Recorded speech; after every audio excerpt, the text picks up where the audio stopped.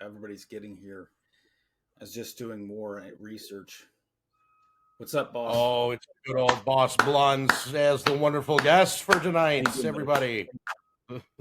Hey, James, Fafa, it's good to see you guys. How's everybody? Oh, it's always a pleasure. You got Phil For Real that's doing the Phil, producing of tonight's show. What's going on, my So guy? we're gonna have a fun old time tonight. Let me tell you. Well, might as well kick off the festivities and might as well have fun with a good old Joker. Oh, criminals in this town used to believe in things. Honor, respect. Look at you. What do you believe in, huh? What do you believe in? I believe whatever doesn't kill you simply makes you stranger.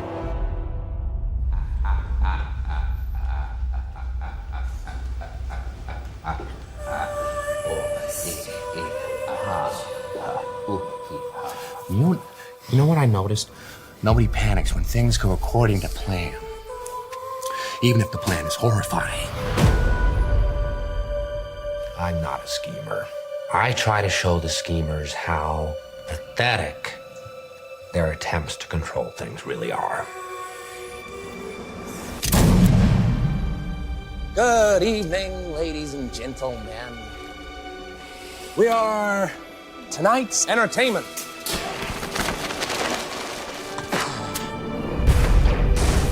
Introduce a little anarchy. If you want order in Gotham, Batman must take off his mask and turn himself. Upset the established order, and everything becomes chaos. Why do you want to kill me? I don't want to kill you. What would I do without you? No. You complete me.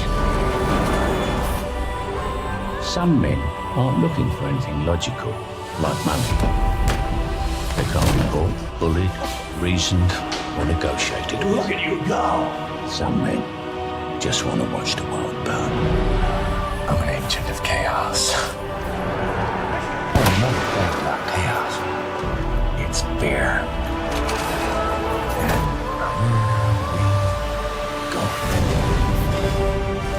here we go. So serious. Let's put a smile on that face. This is what happens when an unstoppable force meets an immovable object. I think you and I are destined to do this forever.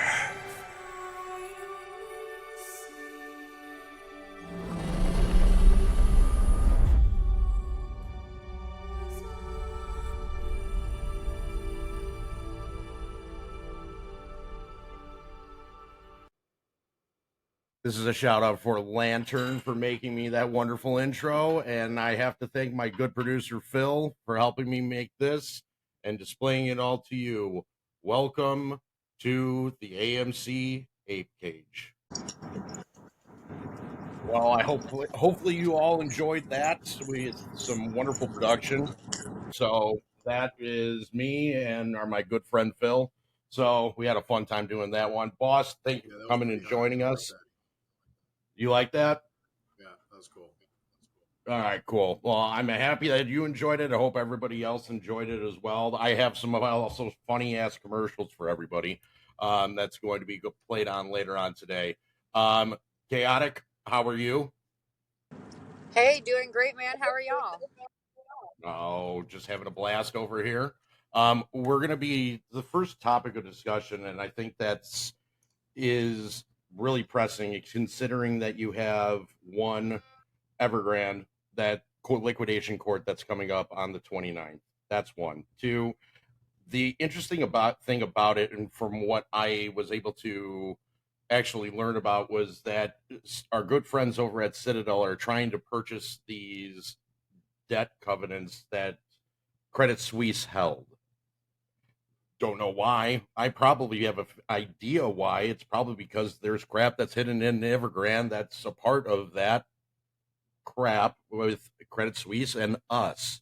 and GameStop and all of them. It is very interesting. And boss, I really want to get your thoughts on that. If you know, because I mean, to me, you're the Evergrande guy. So I kind of want to know what your feelings and thoughts are.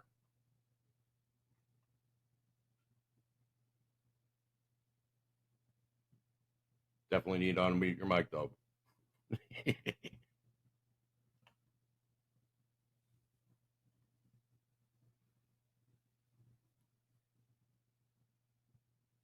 Unmute.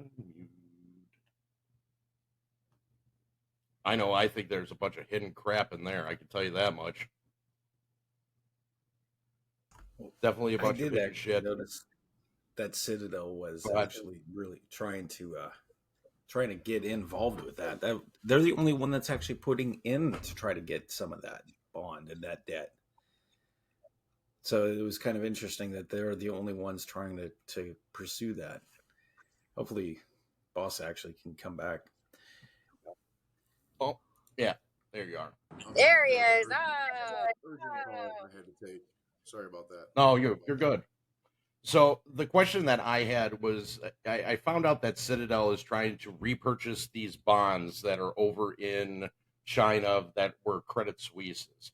My thought process is that those Credit Suisse crap that they have, basically it's all in Evergrande. It's basically all stored in there. I don't know why Citadel would be wanting to buy that toxic nuclear potato, but it's going to explode on them in an instant. As a matter of fact, I've got an update on that. I just found out yesterday, because the news came out yesterday, that UBS Group has moved away from Credit Suisse's plan to sell $250 million worth of distressed debt from UBS, from Credit Suisse, obviously, to a single bidder. So this just came out yesterday. Wow. I'm not surprised that you don't have many people know about it. There was no bidder other than Citadel, and Citadel was bidding pennies on the dollar. It was basically one of those things where they were, thinking, oh, well, if this might be worth, 10 cents on the dollar, we're going to give you 2 cents on the dollar. And it was such a bad bid that UBS actually turned it down. So instead, what they're going to have to do, and what they've come out and stated that they're going to do, is sell off each basically piece of distressed debt individually. So they're probably going to be selling off swaps and equities and all sorts of other derivatives one by one in the market to different sellers. Interesting. So, but this toxic debt, I know the big chunk of this, especially with Credit Suisse, is Archegos. Archegos has our swaps. They have our, for AMC, they also have GME. They pretty much have all toxic crap in there that they basically traded back and forth. How are they going to even try and get rid of it? I mean, there's no way that they can actually get rid of this, or no one's dumb enough to buy it. I think you'd be surprised. That's why they were trying to package it together. I believe they were trying to package it all to a single bidder and get them to buy it. Some good, some bad. Not all the distressed debt is necessarily, worthless, right? But some of it most definitely is. And I think because of that, it carries so much credit risk and such a high level of risk that Citadel Securities was the only fund even willing to put a super low ball bid on it. And I don't know if they pulled out of it or if it fell apart entirely, because of that. But yeah, UBS obviously either didn't accept it or Citadel decided this is way too dangerous. We're not going to buy this garbage from you guys. So yeah, you're absolutely right. The thing a lot of people don't realize is that UBS now holds a lot of legacy debt from previously Credit Suisse. And Credit Suisse incurred that from the collapse of Archegos. because Credit Suisse was the prime brokerage for the family office of Archegos. And as Bill Huang of Archegos was creating many forms of toxic derivatives by quote unquote lying to Credit Suisse and other banks, he was hiding a lot of a massive over leveraging. You know, the guy was like over leveraged 500 to 1 in some sense, with nearly $60 billion worth of exposure to derivatives markets. And a lot of that was specifically swaps and short positions against AMC stock and GameStop. And that's what led to their demise when the stocks began to ultimately move with great volatility. Bill Huang and his scheme sort of fell apart. But the thing is, a lot of people don't realize that that's a very common thing. There are many funds and prime brokerages that over leverage themselves in that way, and that is part of what led to the demise of Archegos, Credit Suisse, and now UBS is left holding all those legacy costs. And in order to try to basically wash themselves of that, they try to package it with a lot of less risky, additional distressed debt. And it was apparently it's so bad. Some of these swaps are so toxic that nobody fucking wants. Oh no, not even close. I wouldn't want to hold on to that nuclear hot potato. I mean, that thing is literally cat shit rolled up in dog shit and left on your porch burning it. And you're just waiting for the neighbor to say, "Oh my God, it's poop again." But what is crazy about it is greed.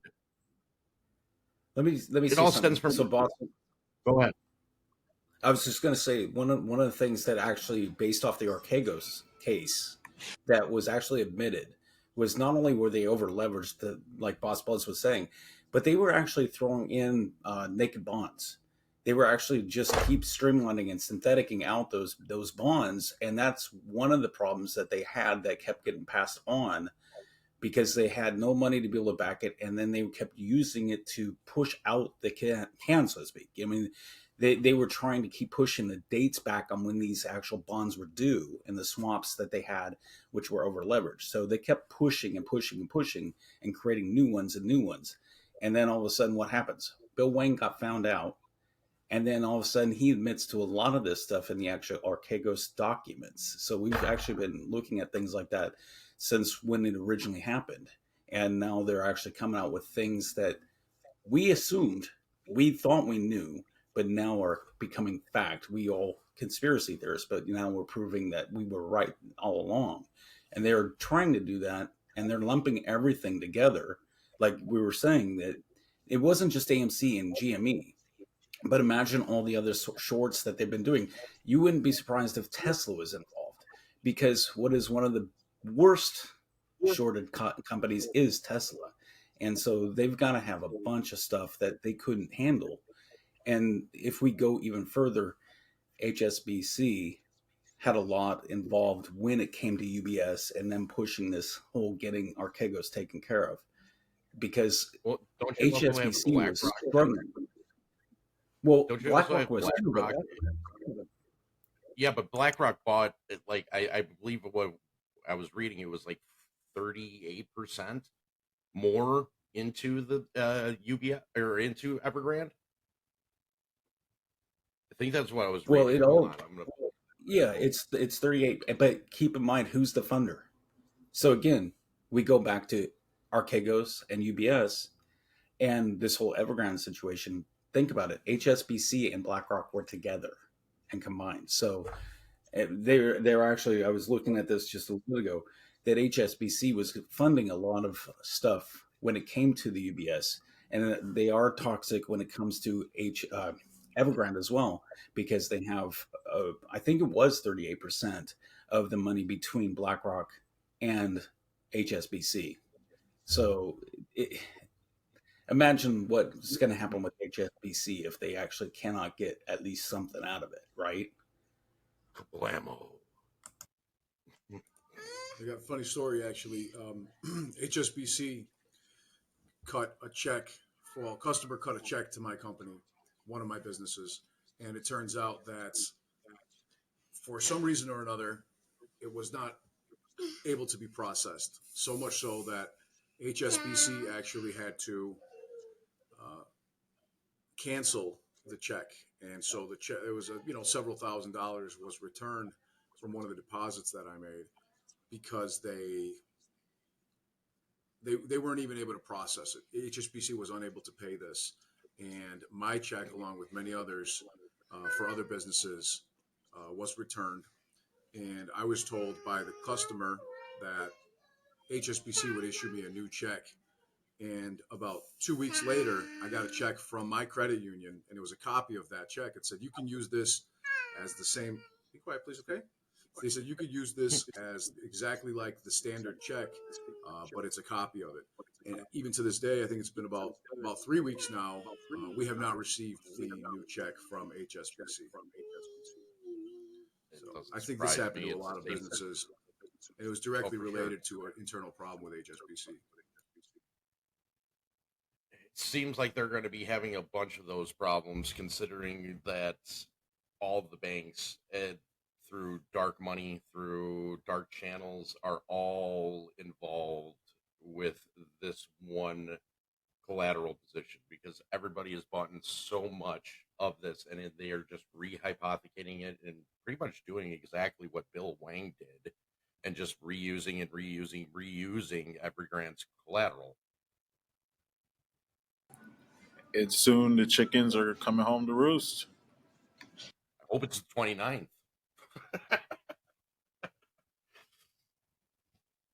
If it's the 29th, then I mean, I'm going to be happy that a pig rolling in shit. Hell yeah. January is the next scheduled court date for the liquidation of Evergrande. We'll see if it actually happens or if they push it along the line.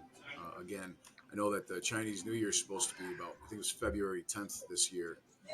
So maybe we'll get a little New Year surprise. I don't think they want to. I don't think that judge wants to push it back anymore. I mean, she's plain came out and said, period, point blank, this is it. So, and I assume that those debitors want to be paid. I mean, they're tired of waiting around. There's no way that they could actually sit there and say, "Oh yeah, we'll let you try and do another." We'll give us a breakdown and do all that. No, please. They don't want that anymore. They want to get paid, or either that, or take the assets that you actually have in Evergrande. The main one and the most important one being the electric vehicle. Well, hey boss, don't you already have one of them? Don't you know one of the guys? One of those debitors? Oh, well, Dr. Marco Metzler, a former Fitch Ratings analyst, did own some Evergrande bonds and was working to pushing them into bankruptcy court. It finally did end up, in bankruptcy court, but that court date has been pushed along now for 2 years by Evergrande and the Chinese Communist Party. And this is an issue because, like you were saying about selling off, you guys were saying about selling off the debt and the assets. Evergrande has so much debt, as a matter of fact, that if they take all of their assets, the electric vehicle group and everything, it would pay off anywhere between 0 and 5% of the debtors. So that's how big the Ponzi scheme was. That the risks to the financial issue, the financial health of the issuers, the people who paid for the buyers of these bonds, loans, and other financial instruments, are looking to lose, trillions and trillions of dollars combined with these offshore bonds that were denominated in foreign currencies. So even if they take the company and wind it up, which basically means sell off all the assets and declare bankruptcy, there is a huge potential of cross defaults, where a default on one of them basically not being able to meet their obligations could lead to a series of margin call domino effects due to the interconnectedness of the debt obligations and the systemic risks in the financial system. So it's not looking unless good. something breaks. I mean, well, that would be what breaks. That would be what breaks that something. That would be breaking the the financial sector. And that's why the CCP has worked so hard to push that along and try to give them a chance to create a resolution. But the Chinese Evergrande group did not want to give over the controlling interest and does not want to give controlling interest to the debtors, even though they owe them trillions of dollars. And some people may be like, oh, well, maybe they think that Evergrande still has an opportunity to become profitable. And that's not the actual case. The case is that the Chinese Communist Party is actively arresting and putting white collar bankers and in jail, and has given the death penalty or life in prison to a large variety of white collar criminal bankers and people in directors' positions at businesses like Evergrande. So much so that these guys are coming up missing because they're fleeing the country, or who knows what kind of other things that the Chinese Communist Party might be disappearing them and so on. But there has been a series of missing people over the last couple of years. And I believe this might be one of those situations because the head of Evergrande and many of their directors have been jailed and then put on house arrest and are being watched closely by the CCP and the police in China, because I believe that if Evergrande does get taken over by these debtors, the debtors would have a look into their books. And once that occurs, it's going to be realized that a whole plethora of money laundering and extortion and financial crimes actually occurred, sending people to prison and forcing them to flee the country. Well, it's interesting because if we look at the fact of the history of what Evergrande was going through, so they've been building and building and building, creating all these cities. And I believe a lot of it was pushed by the actual government to get these cities built because they anticipated that, they were going to still have the population growth. And then what we've been hearing, the population growth is actually waned. They spent all that money. They kept contributing to the growth, but there was no process that followed through. There was no population that actually populated the cities. We saw those videos. And what really looks like to me, as we keep looking, is that they kept getting this money to push, but then all of a sudden the money from the actual government ceased, from the obligations that they were trying to do. They couldn't afford to continue business as usual. All of a sudden now here you are under pressure. You can't pay your bills because nothing's being bought, nothing's being rented, nothing's being pushed by the actual government that they originally were trying to get them to do.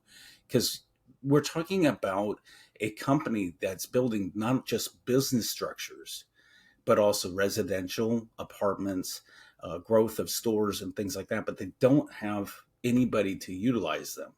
And I think that's where the start happened. They used everything they got from the subsidies of the government. And all of a sudden that rug got pulled out and now they can't continue business as usual. And then they continue to amass debt on top of that. They try to seek funding, can't get it. Now we see, what was it, a year and a half ago, was it, boss, once that we started seeing the video of them destroying the cities they had built.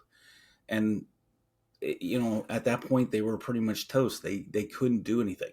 And they're not going to be able to sell those bonds because there's no way for them to be able to amass enough, and I'm not saying all of it, enough to be able to at least make certain parts right. And that's why even someone like Citadel coming in and saying, hey, I'll pay you 2 cents for a $100 loan, there's no possibility that's, and we can see the effects already in the stock market over there in China. Look at what Evergrande did. As soon as they started dropping significantly, it's putting pressure on them to try to prop the markets up, but they haven't been able to do it. We've seen some up days, but a lot of down days, a lot of pressure on a lot of the construction side of things, on that kind of force of the economy, a lot of the growth structure. Their monetary system is putting the pressure. Their interest rates are starting to go up. It's everything we see in America as well. So, I mean, one of the things, there's an article by Financial Times I was looking at earlier. Chinese property is beyond repair. how can creditors delay its bankruptcy? I mean, for Evergrande. So, I mean, there's just so much out there that we see. There's no way that they couldn't just collapse, and that's going to just cause their market to crash, similar to what we see with inflation in America. So, really, things are both on the same side. It's the exact same stuff.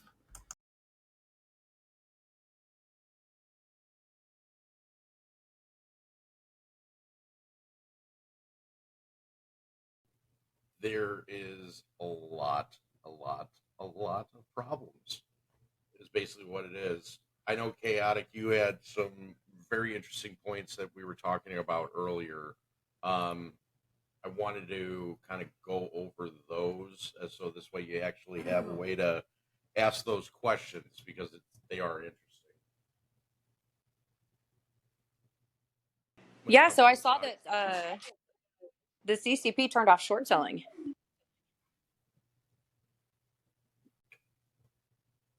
So even with them turning off short selling, I mean, that's one signal. Okay, great, we got that. But I know the Philippines have also turned off their short selling features as well.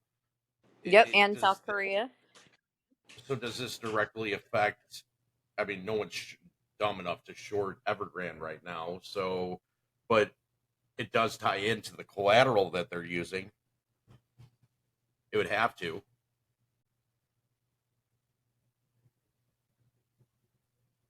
If anybody else wants to chime in, because that's... I'm not sure exactly how correlated it is directly to Evergrande, but I do know that China's largest broker dealer, I think they're called CITIC, if I recall, CITIC, actually made securities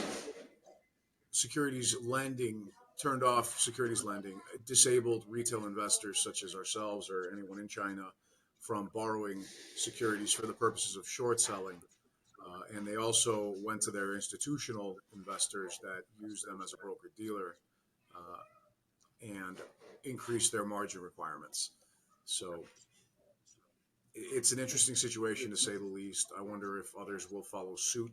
And I'm not sure if it was instituted or instituted by the Chinese Communist Party, or if CITIC is seeing some sort of internal, financial struggles or potential risk factors that we're unaware of. And anything is possible. You guys are absolutely right. I'm not really sure, but I think we're going to find out more in the coming weeks. It seems like it's just literally a ticking time bomb is basically what it's coming down to. And when this thing explodes, this is basically the fire sale that's going to go ahead and just annihilate everybody, is basically what it's going to be. Well, here's the question, though. With them taking away short selling, is this their attempt to mitigate, not, basically prop up the market, basically? Because if you can't short sell, and we know that Evergrande's going to fail, we know that it's already failed, as far as a stock, but we know that it's going to have deep impacts, not just across China, but we're going to see that kind of that ripple effect in other areas. So them stopping short selling for, even if it's for a period, what kind of effect, if they can prop up the market and don't destroy their dollar, would have on the rest of the world, because we know that markets are tied to markets. We know that, an example, AMC is traded in multiple markets outside the US. So we also know that one example is that Evergrande owned property in America. With them collapsing, they had a lot of issues with that. We see the tie. BlackRock is a perfect example. We know how much it's going to hit BlackRock. If they can't sell that short and they don't allow the market to destroy itself, then all I can see is it's a way for them to mitigate a huge disaster in that market, and then see where it goes after that, because it could end up affecting America's markets tremendously. And so I think the short seller rule might be for that reason, is so they don't see the ultimate destruction of 1929 in the markets worldwide. I mean, we're talking worldwide. That's just how I'm looking at it. I don't know. I really, really, really hope. I don't want to wish 1929 on anybody, but I will say that it is definitely something that is needed. What could have, I will state this and I'll continue to state it regardless, because that's just firmly what I believe. On our debt, they should have just let it all burn. When we had the debt ceiling crisis, which really wasn't in June, it was really in January, they should have let it all burn. If they let it all burn, we would have grew stronger from the ashes, and we could have corrected all the debt. You never would have had this issue that you're running into now. We wouldn't have had the issue with, the M2 money supply. We wouldn't have had a problem with, anything really. Just, and at the same time, you would have been able to go ahead and get all your debt back on pennies on the dollar, because you literally just let it all go. You destroyed the bond market, which is what I hope would have happened. And I still think they have to destroy the bond market now just to try and pay back what they owe. There's no way that you can ever recover from what they have. None. And especially with Evergrande, with the Chinese markets, with everything that's going on, there's no way anybody is going to be able to survive this, especially your hedge funds, market makers, all them. There's no way. It's just impossible. I still believe that some banks, such as BlackRock, for example, will probably be okay. And the reason being because BlackRock is such a massive company, and they own so many others, that there's a possibility that they should have plenty of money, even still, because I think they've got it's over $10 billion in exposure to Evergrande, but BlackRock is a trillion-dollar company basically, so they should be fine. It's the other participants, the smaller and mid-size and regional banks, and other European banks, Swiss banks. So, well, there's not really many Swiss banks anymore except for UBS after the Credit Suisse collapse, but you get my point. Others throughout Europe and such as Ashmore Group and Vanguard, and many others out there that hold these Evergrande bonds and corporate bonds and such, that really have a potential to see a significant amount of losses on their books, to the point where the prime brokerages or even the NSCC or the DTC or the CFTC may give them a cash call or a margin call for their other positions. So yeah, it's definitely a more serious problem than 99% of people actually understand or are willing to admit, because these things always, in hindsight, everything's simple. After the fact, people will be looking at conversations like this and saying, well, how did they know? How did they figure it out? How come more people didn't see it? And that's the same thing that was happening back in 08, 09 with, Dr. Michael Burry and other people that were, throwing out warning signs about the economy at the time as well. Now, there's movies about it, there's books about it, and God knows what else, because it is so clear after the fact as to how dangerous this was. But in the middle of it, in the midst of everything that's going on, it doesn't really seem as a tangible, real risk, because you're thinking it's China, it's across the world. You're thinking, oh, well, these banks, they're strong, they have great liquidity and such. And Jerome Powell and the Federal Reserve are telling us that the banking system and the banking sector is, financially stable. We're so strong. Yeah, and then Janet Yellen's out there saying that she doesn't see a recession in her lifetime. And even the Biden administration is lying to everybody and telling people that we're not in a recession, which we obviously are, due to multitudes of factors that we don't need to get into now. But the fact of the matter is that after the fact, it will look very simple to many people, whereas right now it seems like this great, far off, other side of the world problem that's not going to affect us. But all of that will lead to a detrimental effect on the mortgage-backed securities sector in China and across the world, both residential and commercial, because mortgage-backed securities are held by every single bank and fund in the world pretty much. They're considered historically a safe asset, and because I believe that the majority of them understand that they're in pretty rough shape.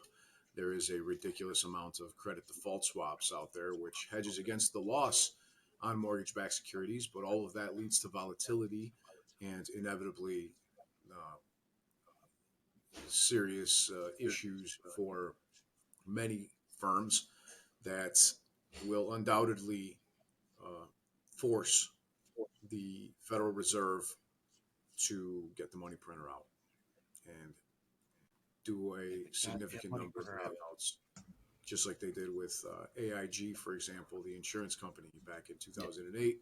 They didn't have any direct exposure to the toxic derivatives, but AIG, the insurance company, wrote a significant number of credit default swaps, which were the hedge against the loss in the mortgage-backed securities to, Dr. Michael Burry.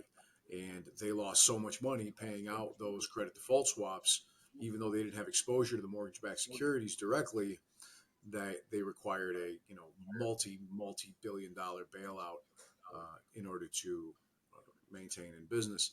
And the Federal Reserve let some of the banks collapse, like Bear Stearns and Lehman Brothers, but forced the American people to pay for the rest of their lives and for generations to come through inflation and the devaluation of the dollar for all these bailouts to banks and auto companies and everybody else that we already know about.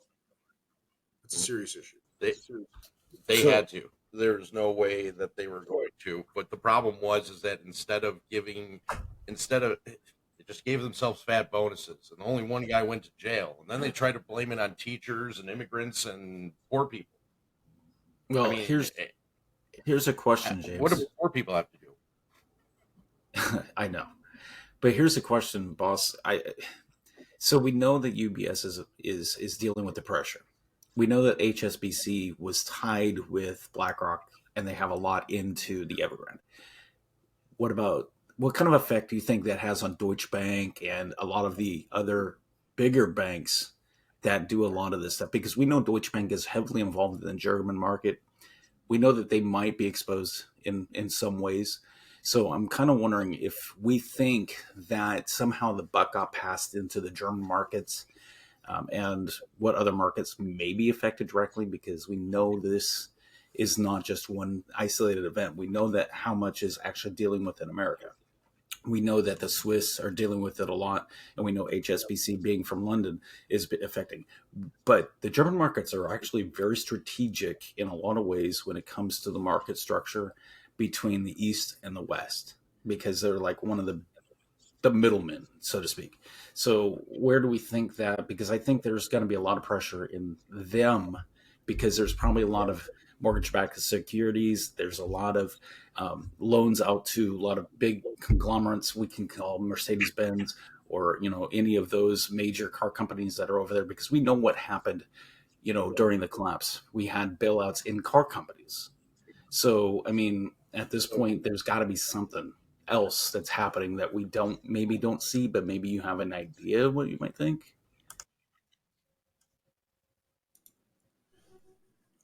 I'm not sure what you mean by like what else you believe might be happening. I'm going to elaborate on that. Do we think that all this stuff is somehow going to affect like Deutsche Bank, the securities? Without question.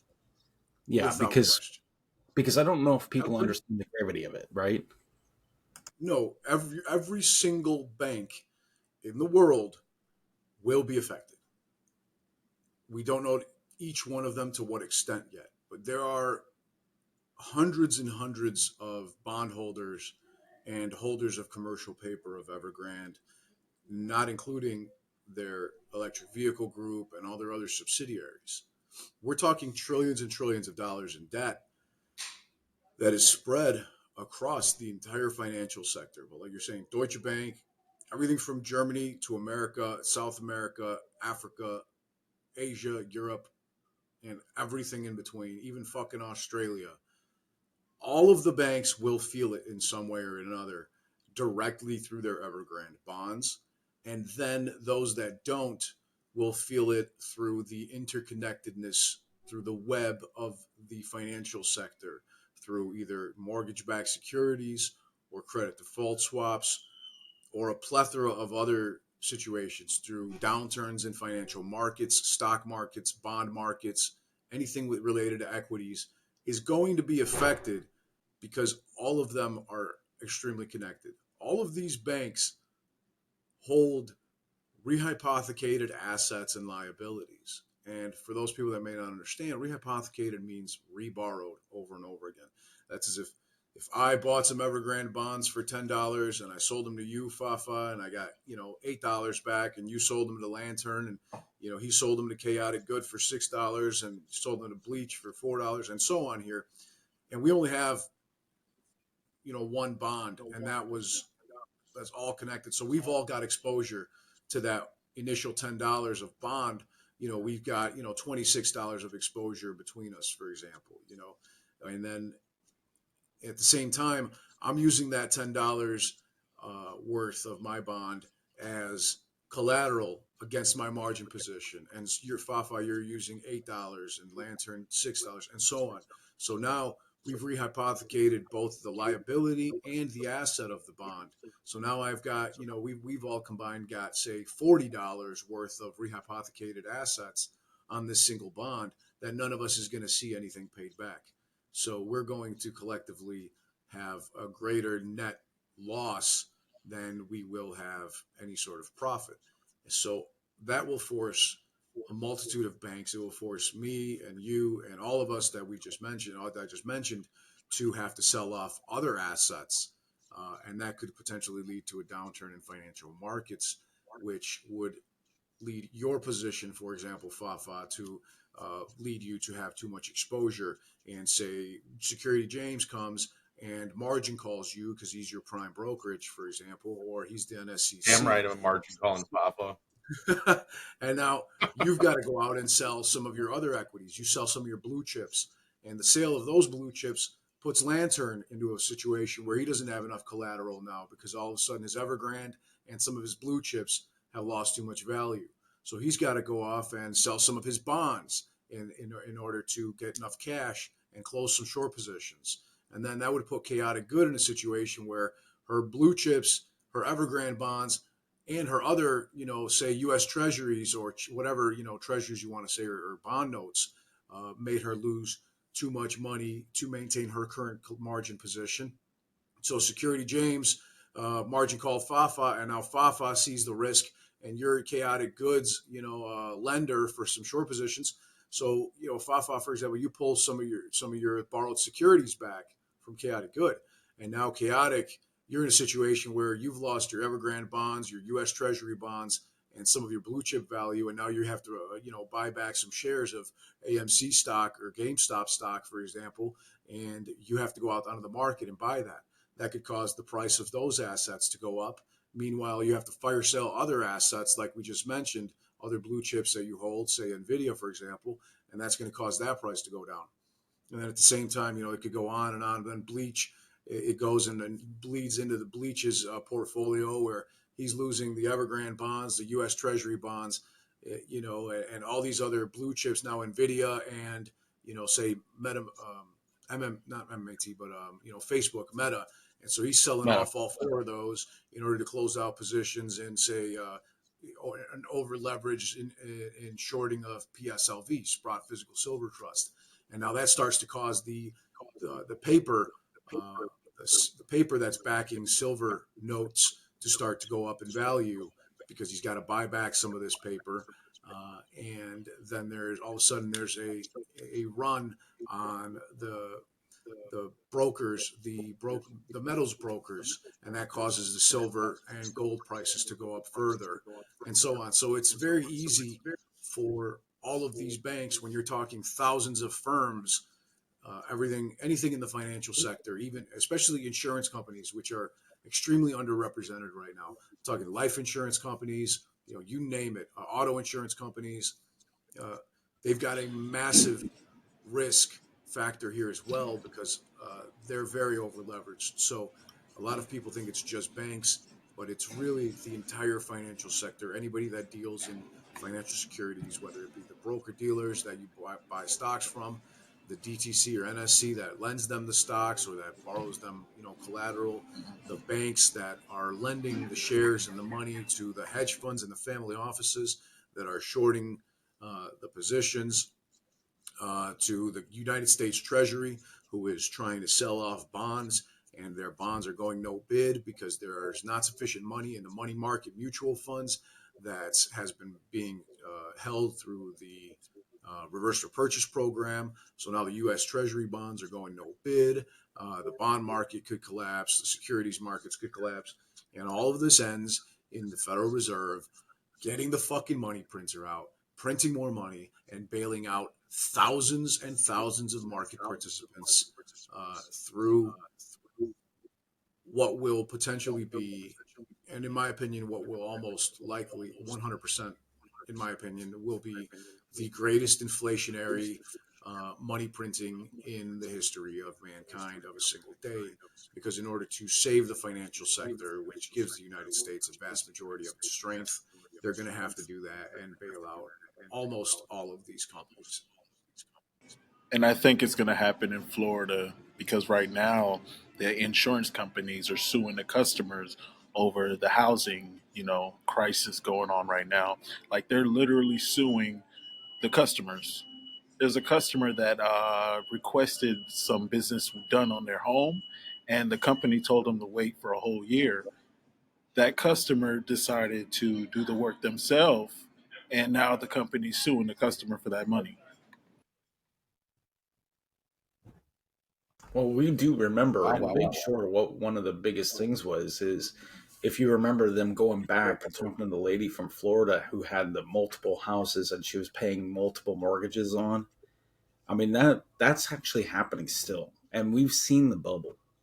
So the housing market, I think Evergrande is kind of like that underlier of what really brought it to light, right? Back in 2008, when the market crashed, they didn't really fix it. They just put a band-aid over it, gave out some money, and then allowed things to continue. We did have, I think it was 6 months of maybe restricted short selling, and they were trying to really pay attention to the naked short selling market at the time. They thought it was happening, so they really kind of kept an eye on it. But then things went back to the way they were. They didn't really hold, even with Reg Show, they didn't actually hold anything according to the things that they've been putting out. And they've been allowing the game to play. And with Evergrande, with the actual money that the banks have and how much they're short, let's also remember that they have fractal banking, but that fractal banking that they're taking out of us, they're just using it more to actually short more companies instead of getting through the things that they've been getting that we need to get through, which is all the mess that things like Evergrande pulls out. So, and it's like throwing shit on top of shit on top of shit, right? You can't walk through that when it becomes a mile long piece of mud. There's no way. They've got to start shoveling it out and getting rid of it before you can actually see the path where you have to walk. And they're not doing that. The SEC has not actually done the right things. We see the banks going and doing the things that they've been doing. We see them taking money out of the 401ks to prop up their bad bets. There's so many things that they've been doing, and Evergrande's just brought more to light everything that the banks have been doing, them continually creating synthetics or naked bonds to make more money, and they're not actually doing anything in benefit for the markets or even for people for that matter. So I mean, it's just bad. It's all bad. It's not going to get any better. That's the biggest problem. And and I don't know if you guys, and by the way, good evening. Buzz Blunts, Light, Fafa, Chaotic. What's up, James? one thing I gotta say is like, one thing that you mentioned, and that's the thing. I mentioned this without knowing because I'm not really like, well versed like, a lot of you guys are.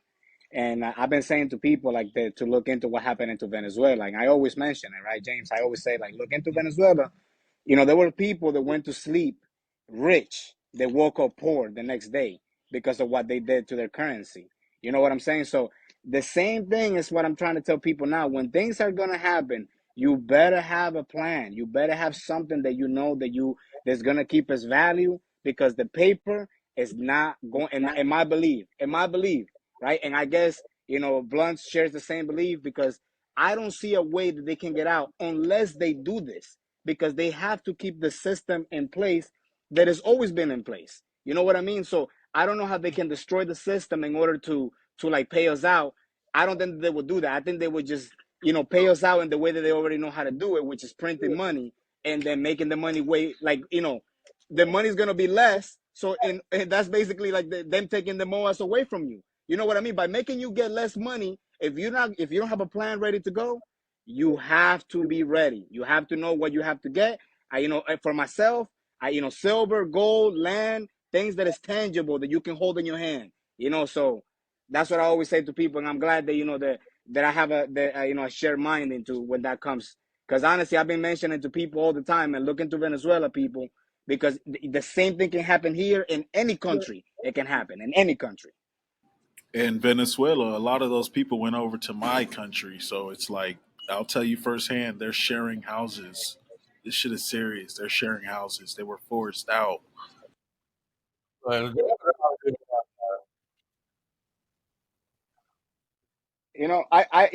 By the way, Phil, I personally don't agree with that point. I know that we love calling him Sleepy Joe, that he doesn't know what he's doing, but son, Sleepy Joe has made $50 million in the time that he's been sitting there sleeping. That's what you got to be alert of everything that they do. Because while we over here trying to say that he over there sleeping, he making money hand over fist. You know what I mean? That's why it's important for us to get educated. It's important for us to keep passing the information along. It is important, even though if it doesn't come true because they kick down the can down the road because they do crime, one day the crime is not going to be able to hold. It's going to break, and it has done it before in the past. This already has happened before. It's just this is the time that a lot of people have seen it, like, gladly, like you guys that are way, deep in the weeds of looking into the information. And by the way, thank you to all the apes to do that because it's very important. So, like, that's what I'm saying. Education is power. We got to keep it going. Well, let me go ahead and just piggyback off that. I think one of the things that's going to benefit us if we do, and I was talking in Lionvest space this morning, and I was actually talking about, you know, I believe that companies like Apple, just Apple as an example, is way overvalued currently. Now I understand Apple might be worth it at times. They have new technology and stuff. Okay, that's good. But right now, currently, we know that the blue chips, as an example, have been so propped up. The SPY has been so propped up currently that things like what we see with Evergrande, what we see with the banks collapsing, we all called it last year, right? So last year we had SVB actually collapse, FRNC collapse. We see, UBS is struggling, Credit Suisse collapse, Archegos collapsed. And here's the thing, they're propping up all these blue chips. They're propping up Apple right now. Look at what happened to Nvidia today. What? Look at Nvidia. Look at Nvidia today. Oh, I know. Where did it get? 480, 490? Maybe I'm wrong. So that was a SPY, 480 on the SPY. Where did Nvidia hit? James. Here in 2 seconds. I'm not looking at the chart, but yeah, hold on 2 seconds. Okay. Well, let's just say this. The reason why I'm bringing this up is because I was talking to them and I said, Apple currently right now is sitting where I don't think it should be because if you look at the market cap, and we've been believing for 3 years, once they took the buy button away, that there was going to be a market crash. How many of us really thought that, right? So the whole point I'm getting at is it's sitting at $2.2 trillion market cap going into this morning when we were talking about this. And I'm like, dude, that shouldn't be there. I think that maybe $1 trillion for the company. It has 15.65 billion shares in the market. And the thing is, No, what was that? it's nothing. It's $595. That's what I'm saying. I mean, right now, I mean, with everything that they're propping up, just looking at Apple as an example, yeah, they're coming out with new tech, but that tech is so expensive that it's like 4 times the amount of the Oculus to buy. People are looking at the Oculus and going, "Okay, I'd rather have that because you can afford it." That's the point. When the market crashes, these companies are going to fall because no one can. They're going to have to sell blue chips in order to pay off their short bets that they failed on. I mean, we've heard that they're Fall or crash? Because I'm thinking crash. well. If it comes to worst, I'm still thinking 1929 is possible. Okay, They say the estimate is next year. But the way I'm looking at it and the background that I have and understanding the markets the way I do, I'm boss. You got it down when it comes to banking and a lot of other things. But when it comes to the market and the way they're propping it up, because of how bad it is and how many synthetics and how much they've been naked shorting and how much they're manipulating the bonds and the stock itself, any stock. 1929 is possible. If they don't catch it and they don't fix it and they don't do things early enough, they're going to leave us hugely in a hole. There's no way to look at it other way. So I said that I thought Apple was more worth between 87 and 91 bucks from where it's at currently. That means that someone would have literally had a huge margin call on some other stocks that they heavily shorted, that they needed money. And then the fall begins, the crash, the collapse. People are pulling money out. They have to get it out of the blue chips because that's where most of the liquidity is. The SPY, Apple, Meta. You could probably get it even out of Berkshire Hathaway at this point, depending on who invested in it. I mean, that's how they're going to pay us. Whenever AMC or GameStop or any heavily shorted stock for that matter is needing to be closed their short positions, where are they getting the money? Blue chips. What's going to happen? Those are going down. What's going to happen with those stocks? The other stocks are going up. So, I mean, it's just, yeah. I mean, I think, now, don't get me wrong. I said $87 to $91. But that didn't mean that that's where it's going to stay. I just think on the crash side, it will drop to that and maybe recover to 120, 130 and be more normalized. That's just me. I mean, that's with any other stock. I think they're too overvalued. Are you talking about Apple specifically? Well, I was this morning. I mean, that's what I was using an example of because that would drop it down to about 80% of what it is now. It would drop 80% of the value or something like that. Or maybe it's 60. Last time I looked at Apple, it was 195.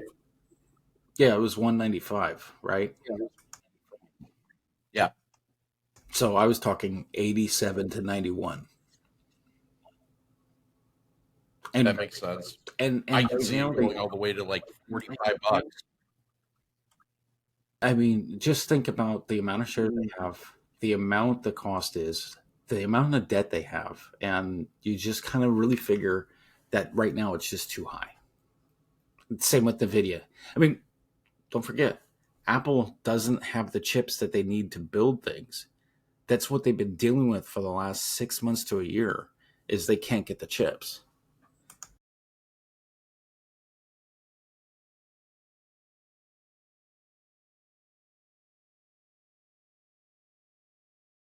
We're saying it's cat shit rolled up in dog shit and then burned. That's what it is. But I know you're optimistic. You're trying to be optimistic, Fafa. I'm just going to be a realist. I think we're going to 1933, and 1933 was the worst year of the Depression. But it was also in all stats. But James, it was also the year that they started incorporating the regulations on the market. Mm-hmm. That was But you where it didn't all have started. that. It wasn't the wild, wild west because you actually had some sort of, people, regulators actually looking at shit during that period of time. But that led to more economic problems when it came to it because you weren't able to go, hog wild. The problem, the problem is that when this actually happens and you're going to see all these stocks, I mean, you're going to see things that you've never thought in your wildest dreams could ever happen. And in my personal opinion, I could see Apple going all the way to like $45 a share. I could see all these blue chips. So let's go with Google, for example. I mean, Google could be trading in the single digits, like $1, between like $1 and $10 when it's all said and done. Because these are all rehypothecated to the absolute extreme that there's no way to actually fix the problem. Well, and see, that's why what I'm thinking that with the Evergrande situation, just kind of tying it with that, is that they had created a lot of naked bonds. Because if we remember, like I said, Archegos had it. I mean, why would it not behoove anybody else to try doing something similar if they think they can get more money out of it? And what does that do? Look at the chaos that we see for Evergrande. Look at the chaos we saw for UBS and FRNB. What is it? First Republic National Bank, FRNB. Yeah. They were heavily tied with not just crypto, but they were actually tied with a lot of the stuff that was happening in Europe, which is crazy. So, I mean, and why did they collapse? Well, especially with the fact that they were tied specifically with the FTX. They're trying to pop up the crypto markets, and they didn't have anything really backing it. If we saw the whole FTX situation, they say they had something to like Bitcoin, but they didn't actually have Bitcoin. I mean, they were just saying they had it, or the tokenized stocks. If we want to talk about the one for one with companies like AMC, Tesla, GME, a lot of the ETFs that they said. So, I mean, I think it's at this point safe to say that Evergrande is a perfect example of business as usual, and every other company or every other bank is basically involved. Of course. I totally agree with that statement. My biggest problem is that you have these wrap tokens or tokens or whatever the hell you want to call them, but that have no nominal value and that are being put into everything in their market, everything in the market. So like in ETFs, I mean, we all saw what happened with Bitcoin. We all know that Bitcoin ETF was used as their pump and dump. There's nobody could show me in a shred of any certainty that those ETFs are not used as a pump and dump, and how you get Larry Fink coming up right afterwards and starting to say, "Oh yeah, maybe we need to make an ETF for Ethereum now because we're just going to have to." I mean, look at how much profit the other one made. Yeah, because they need money. They need money. They need money, and they need more money. And then they need more money on top of that. And that's why this kind of segues into the perfect conversation. And honestly, it's going to be a really great debate. Is Trump saying that CBDCs were not going to happen? But the problem is that I really think that they are going to force that upon Trump, because they need some sort of new currency. They need something that's going to get behind the dollar, because take a dollar and pour it on fire, because that's pretty much where you're at right now. I mean, honestly, I don't know what else you can really do when it comes to a CBDC. I don't want them, but unfortunately, I think that the Federal Reserve basically is saying, okay, we've lost so much money. The M2 money supply is completely gone. We don't know where it is. We probably laundered it to Ukraine as of right now. But you need some sort of something to basically go ahead and counteract this. And every time in history, we've made a new currency whenever we've had a problem with money. That's the problem that I see, but they need to take out all the restrictions when it comes to monitoring the people, monitoring, everyday workers, being told that you can't buy certain things even though you have the money, a restriction on a credit line when it comes to the CBDCs between 100,000 to 500,000. And you're telling me if I hit the lotto, or perfect example, say we MOAS, and I want to buy this $1.2 million property, but you're telling me that I can't because I have a credit limit of 500,000, plus you're going to back it on my social credit score and carbon footprint and tell me what I can and can't buy? What the hell is that shit? I didn't know we had socialism in our country. That is the problem that I see coming. And that's the only thing that I really do think that they're going to try, even though Trump has said, hey, we are not having CBDCs. I'm going to make sure that those are gone. I think they're going to have to force him to take it and force him to do it. Hey, James. Yeah. I got to take off. But you have fun, my friend. As far as the CBDC and Trump, I think he stands by it. It might be my personal opinion. I understand that. We have to wait to see what happens with the election, but I think he has enough in his back pocket to be able to hold to that, and enough people supporting him to do it. But you guys, it's been enjoyable. Thank you for the conversations, boss. It's been nice talking to you, Lantern. It's good to see you again. Bleach, I'll see you on the flip side. Bye, Chaotic. I've got to go as well. Unfortunately, I've got some business that keeps keeping me a hold right now. So I really appreciate it. Hey, boss, thank you for coming by, dude. Marcel, be safe, and prayers up for your family, man. It was a pleasure, you gentlemen. Have a good evening, man. Yep. Guys, go handle what you guys have to handle, man. Boss, thank you for coming up, man, and sharing the information, man. Fafa, you as well, buddy. You know it.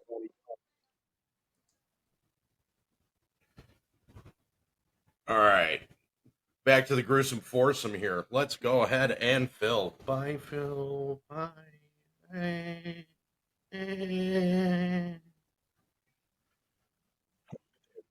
Well, good night. Good night, Phil. Phil, you're a monster, man. Let me tell you. Thank you for everything. Oh yeah, we do.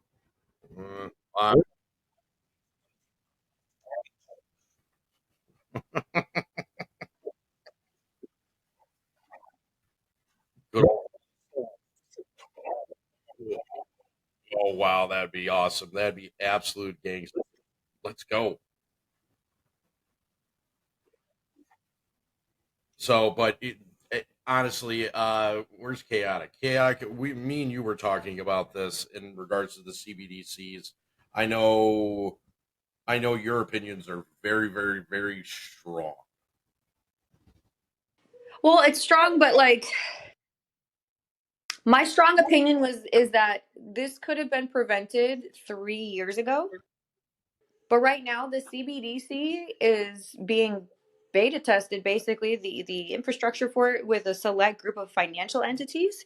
So they're already using it. They're already testing it. It's just not available to the public.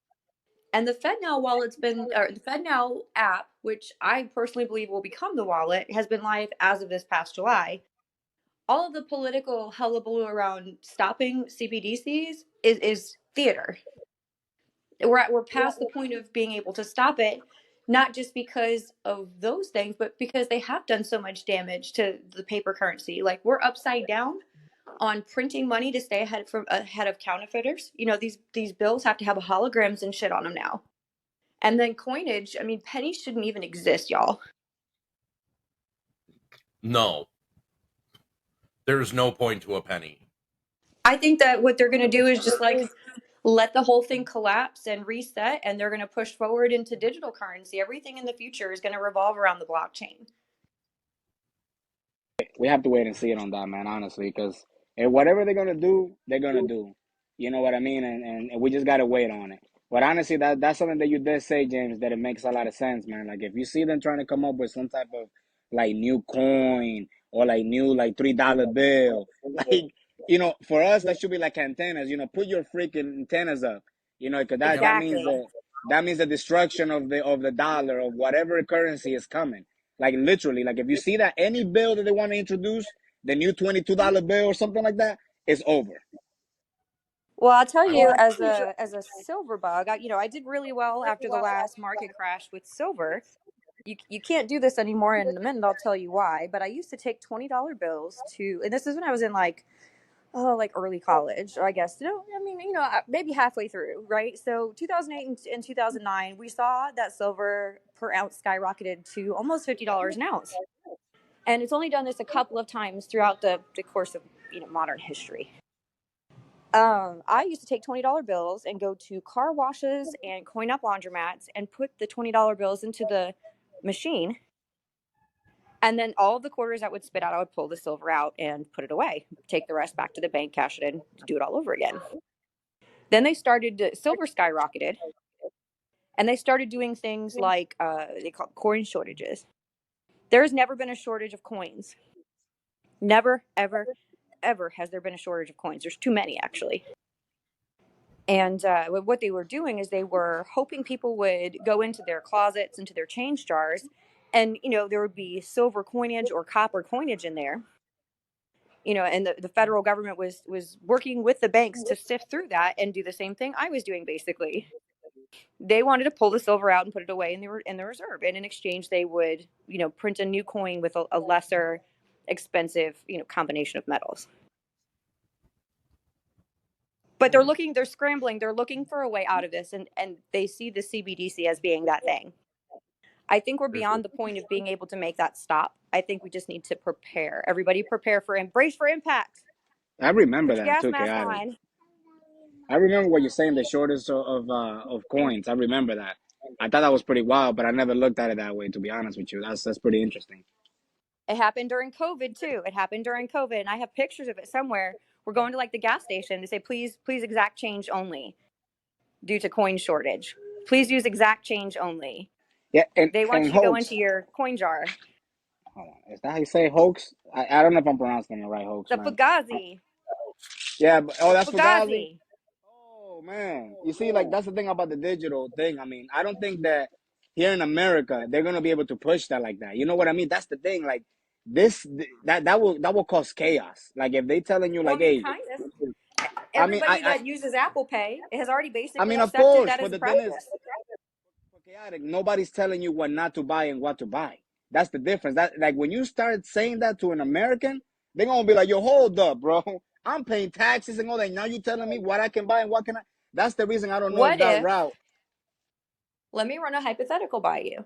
Let's say we obviously have a different mindset because we know the crash is coming. Imagine all of the people out there who don't know or don't believe it. The way that they're going to get people to accept it is they're going to make them hurt so bad financially that they will beg for it. They won't care if it can only be spent on groceries or a electric bill or however they want to make that to where it has a finite capacity. People won't care because it's free and they need it and they're broke.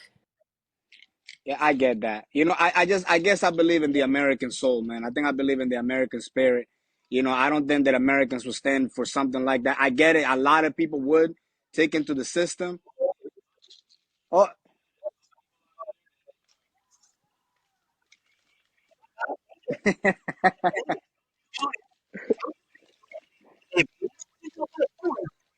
But I get it. But You saw something what people like, did with the free money during the pandemic, man. It was like watching people on one of them game shows yo, where they put them in a shower with money flying everywhere. People did not care that all of that is what caused all of this. They do not care if it's free money. They're going to be there for trying to fight each other to get to the front of the line for that handout. It doesn't matter. The American spirit is only good when the money is coming in regular. When things get I mean, hard, people stop losing damn. that. I guess when we get there, I guess. But you know something, man. Honestly, I hope that I'm right. I'll stand by that. I hope that if it comes to a point, at least here in America, because this is not a communist, place. I get that maybe, some of us believe that that's what the government want. I have that some belief myself. They want ultimate power over the people, ultimately. But I think the people is what make America. So I guess I'm gonna stand on that. Hopefully, I'm right and we don't do something that like they telling me, Bleach, you're not allowed to buy Coca-Cola, you're only allowed to buy Pepsi. Or vice versa. You know what I mean? Like that would be insane. Insane. Right? But if they said, hey, we know that you guys are hurting, instead of doing the stimulus we did last time, let's try something different. Let's give you this FedNow wallet that we've already conveniently set up, and we're just going to deposit, a version of universal basic income into your Oh, wallet I every month agree with that one. to this. And maybe not Coke versus Pepsi, but they say you can spend this money on groceries. Right. I agree with that theory. I agree because that theory, that one, I believe I can see it. I can see it already. I can see that one happening immediately. You can see Of it coming course. down the track. Oh yeah, that one. I 100% I'm with you on that one, 100%. But the one that I'm saying is, if I'm going to work, right, and I'm working, and you trying to tell me where I put, like, I don't. That's the one that I don't seem to agree with. But that one that you said, that scenario, that one is definitely coming down the line. And even if you don't want to believe anybody here, that's coming. That's the next step to how they're going to introduce you to the digital, whatever money might be. That's how they're going to introduce you, because they already They did that have in China during the Olympics. If you go back and check out what I'm saying, they gave every player in China a phone and they gave them the digital wand and a wallet, and they were only allowed to use that during the Olympics. So if you wanted to buy And guess anything, what? This go ties ahead. into the countries with rampant immigration problems, because up until now, they haven't been able to tax transactions of migrant labors that are done in cash and whatnot. Pretty soon, they're giving them all a phone. Pretty soon, they're not going to get a debit card. They're going to have a wallet with money in it, and it's going to be CBDC. And that's, it's going to be instantly taxable on the spot. All of it's going to be trackable, because the IRS can't handle watching everybody's $600 Cash App transactions, y'all. That was a bad idea. They're already Hey, underwater. They can't got it. handle that workload. I might not blow your mind with this one, but check it out, right? You see, Amazon has that palm reader thing, right? Right? You see that, like, oh, they go read your palm or whatever it might be. But the thing is, imagine now you have a universal wallet, right? That you don't even need that. It's perfect. Like they're making the system like before it comes. And if you don't believe that's the way it's gonna be, you're gonna be like an item at a store. They're gonna, when you pass it through the register, it goes beep. That's gonna be you putting your hand beep, if you're into that. But that's far down the line, to me. But that's definitely coming because it's already here. I couldn't agree more. I think what they're going to do is basically it's going to, whatever happens, the economy is just going to basically be in the shitter. They're going to do one of two things. One is going to be, oh, you can use these CBDCs. We're going to give you a ridiculous amount. Let's just say 50,000. We're going to give you 50,000 of these CBDC coins. You can only use them towards your groceries or your mortgage and or rent. And that's how they roll them out. People would be fist fighting each other in line trying to be first. Oh, Getting of people course. to Yo, accept it will not be difficult. well, man. I mean, damn. Like I said, like you guys have I guess a more grim, look, But like I said, I want to stand with the American people this time around because in 2008, I was very young during 2008, and I saw a lot of souls broken. Not even people, souls were broken. People living in the street, man. My own father went through that himself. You know what I'm saying? So I'm telling you, this time around, I think the people learn and they're gonna stand together to for whatever it might be. But the thing is, it has to come in order for change to come. And I think this might be the like, they might be. And I said I'm a hopeful guy. I guess I'm hopeful. This might be the turnaround that we might need. The MOAS, whatever, the collapse, whatever it might be called, that's gonna bring the change that we need. And not just here in America, probably all around the world. That's what I believe, at least. I don't believe in that control stuff because I don't think I would live in a world like that. I mean, myself, and I wouldn't want that even for my kids. it's not. I don't want that either for my kids. I don't want that in any way, shape, or form. The problem is that what they want. They want to control you. They want to tell you. And I'm going to read this because it is 100% true. And this is from Pip and Sammy.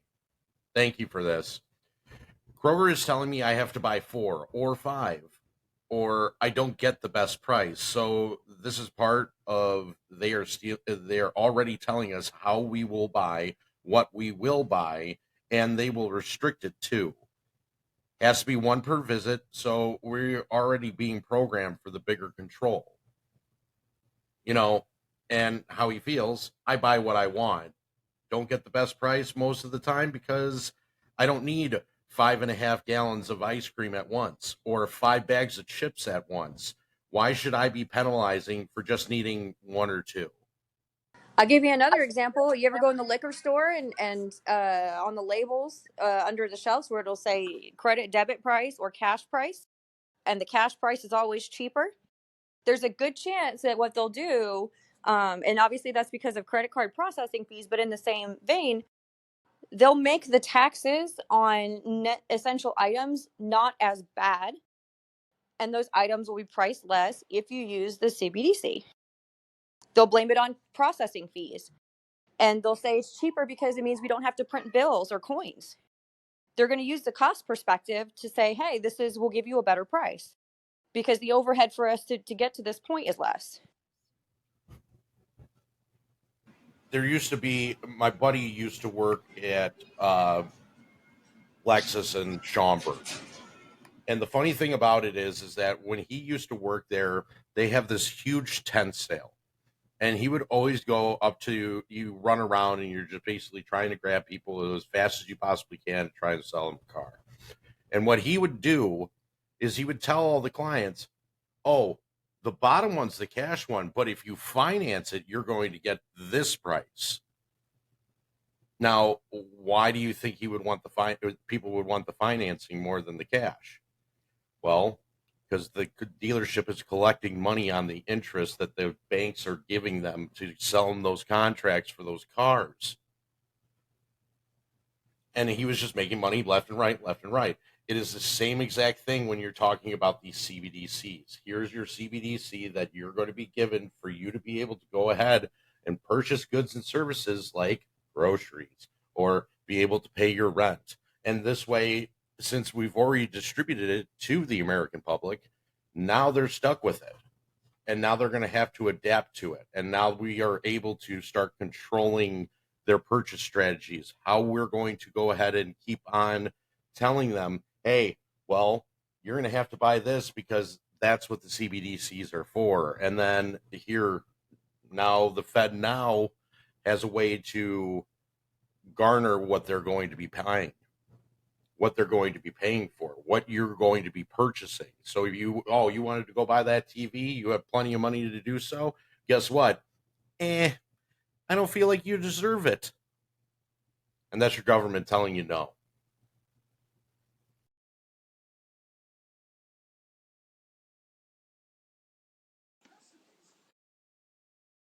Get ready for it because it's going to happen. I promise you that. Hey James, you know what that CBDC talk, right? This morning during Lion Space, and I want to say it was Weedman that said it, so I want to give him props, right? He said there's gonna get to a point that they might even start like not even letting you mine Bitcoin anymore, right? Because there's gonna be a goon out there that's gonna figure out like how to transfer CBDCs to like Bitcoin in order for him to move that around, right? You can already do that on Coinbase.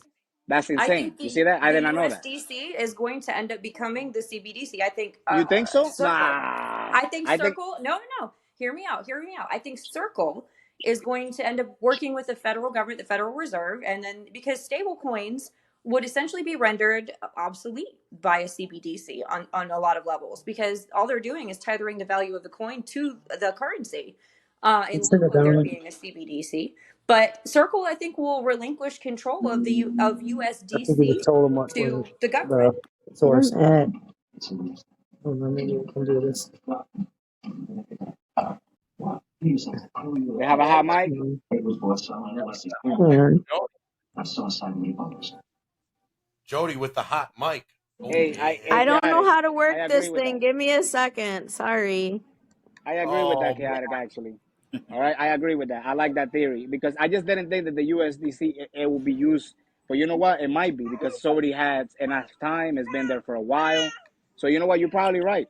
And that's the You can thing. earn If you can, interest on it. Circle so you already, know as a what? tech company, So has yeah, connections so with the government.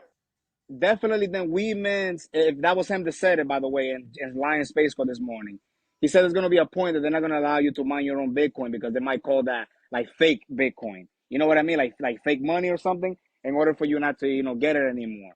But if this is the way they're going to do it, Jesus Christ. I mean, like they really are going to rule the world. I don't think so. I don't think they're going to get to that point. I hope not, at least. I mean, Is it's what I'm part of saying. their decarbonization policy. That's all part of it. I doubt they'll let that happen. Mine your Right. own Bitcoin. Yeah, exactly. I mean, like, Well, think about it like this. Think about it like this. So let me run another hypothetical past you. You guys laugh. Let me run this one. I've already thought ahead this far. You can mine Bitcoin on solar. They're pushing for people to go solar and do it that way. Tesla is already doing the power walls and the solar panels. You can get solar panels from all over, wherever you want, a million different places. Well, I did Ethereum, so I mined for Ethereum. I don't know about Bitcoin, but yeah, you have a point. I do know some people I that do had it off of. Ethereum mines. Hell yeah, I did. I had at one point I had maxed out what my breaker box was capable of. I had a 6 and an 8 card rig in just about every room of my house. I think I may have upset the Tarrant County Sheriff's Department at one point. They flew over my house in a helicopter, and I just looked up and watched them do a couple extra loops, and I went, "Oh, here we go. Please don't stop." My house is probably glowing like the fucking sun on infrared. Womp, womp, womp, womp, womp, womp, Everything womp, was womp, womp. fine. But you can mine crypto on solar. It's possible. The technology is developing. I've been working out prototype packages where it's my future is hoping that there's a miner in every house.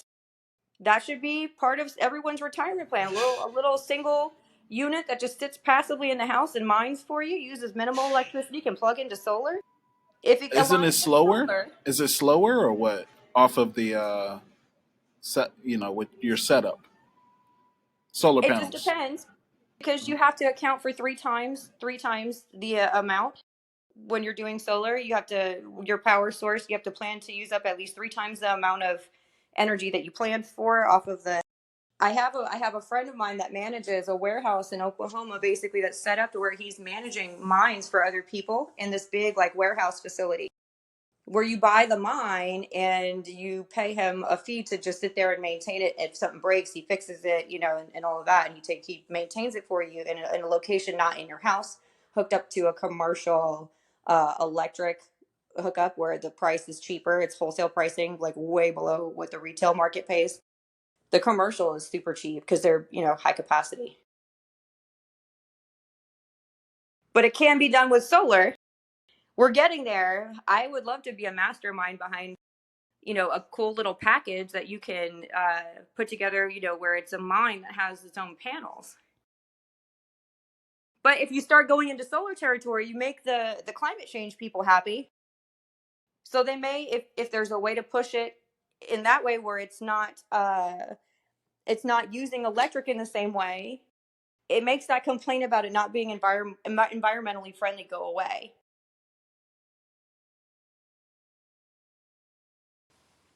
So there's my hypothetical my biggest dream. That's a great hypothetical. I mean, we don't know what the hell is going to happen yet in any which way. But low key, it is a pleasure. You're from Apes for Change. Thanks. But How's it going? we're having a blast. But I Yeah. have one more song for everybody. Thank you Awesome. for Phil. Thank you for Phil for this. But here we are. Speaking of Phil, we got to link up. There he is. Hey, Phil. What's up, James? What's going on with you? Man, I got a lot to talk about tonight. Millionaire in the flesh, like you hand it up, like you just hand me your check. I can walk it like I talk it. Mean high steed, preach you like I preach you. Now put that in your head, people. Put a gun, who the gun? Ain't nothing. Pop a pound, pop the crystal and drink some. Meet me at the casino, way in the back. You're running like a motherfucker, still shooting crack. No, I got back, I got millionaire stashes. I got so much money that the rich be looking at us. Welcome to the 8 cage AMC 8 cage DD in your rib cage, yeah. Welcome to the 8 cage AMC 8 cage kicking like Johnny Cage, yeah. Welcome to the 8 cage AMC 8 cage, welcome to the big stage, yeah. AMC 8 cage, Apes got the shorts on lock, engage. Welcome to the 8 cage AMC 8 cage DD in your rib cage, yeah. Welcome to the 8 cage AMC 8 cage kicking like Johnny Cage, yeah. Welcome to the 8 cage AMC 8 cage, welcome to the big stage, yeah. AMC 8 cage, Apes got the shorts on lock, engage. Let's have some fun tonight. Welcome to the AMC 8 cage. Damn right. It's changed mine already, so, right? Yep, damn right. If you can change one person's life every single day, you're doing your job the right way, and I truly believe that. But I do have to make fun of Jody. Jody, do you need a keychain? For what? I'm going to get you one for, you being a Jehovah's Witness and you getting lost in the Ex-Jehovah, bro. ex-Jehovah, I'm sorry. But I do have that keychain for you. I need to get your address because I have a Jehovah keychain. Laughing emoji. Drop him, Jody. Drop him. Oh, yeah, you can't drop me because you don't got the power. So, but I have Jody, I have Low-Key here. They're going to talk to us a little bit about Apes For Change, tell me a little bit about their message. I do want to help them out as much as I possibly can for this, for their projects and what they're trying to accomplish. Honestly, it's inspiring. It's about watching people grow from an educational level, also from a spiritual level, and just being the best person that you could possibly be, or being the best ape you can be. So, the floor is yours, please. Yeah, thank you so much for having us on, and definitely thank you everybody for being here. It's so cool to be with all of you here and hear what everybody brings. I think that's the most awesome thing about this community, just seeing everybody's like talents and what everybody brings and what that all looks when it comes together. Like that, it definitely makes magic. So yeah, thank you. And Jody, what you got to share? We're tag teaming this. Oh no. I just Yes. I just literally love everything that we've done so far with the community. Like, we have done so many awesome projects and helped so many people over the past 2.5 years that I'm excited that we're still going. We're down a few members, but we're still the little non-for-profit that could. Right now, we're just gonna concentrate on decentralized projects. So, like, we did the toy drive. I know myself, I usually donate to the Children's Hospital, but this year there was an employee who was in really big need of some Christmas love and just love in general, to feel, that he was supported by people, because he was having a really bad time. Like, he's going through a bad divorce and he has 4 small children and he's just strapped for cash. So we made his Christmas and his kids' Christmas really, really amazing, and he's still talking about it. So I mean, it's bigger scale things like, digging wells for 1,600 people to have fresh water, to brightening a family in a lower income bracket with some Christmas gifts and Christmas cheer. So there's that.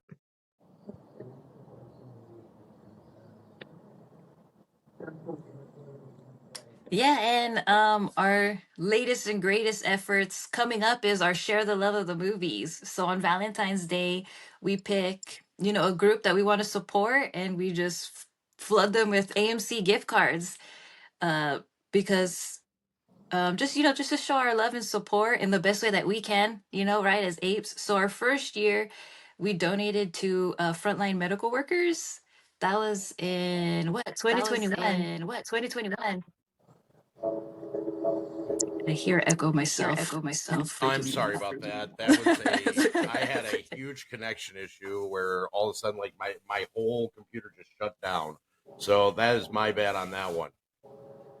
All Hey good. We're Jody, back. that was awesome. I was over here dealing with the little one. That's why I couldn't say anything. They don't have a clap thing like we do on Twitter, right? But that was awesome, man, that you were able to do that. To change like somebody's Christmas. Like somebody over here, where I live, my sister's friend. Yeah, she was asking for people to donate clothes because I guess her uncle, back in Mexico, he goes to this small town that they don't have anything. He was giving it out to the kids. So like that to me, like that guy was like my hero. So like if you're able to do that, you're my hero. So I really appreciate that. Hey, Bleach, you ever seen The Last Dragon before? Hey, we There's still dealing like with the echo, feedback James. here, and I'm seeing that in the messages right now too. The Really audio's bad being a little echoing. glitchy. Yeah. Yeah, it's James's fault. We gotta blame him. Okay, we're back. Bruce Leroy, and he was I'm like blamed for echoing everything. like It's throughout okay. the talk. He was No, damn. So Bleach, I know, right? He did, Phil.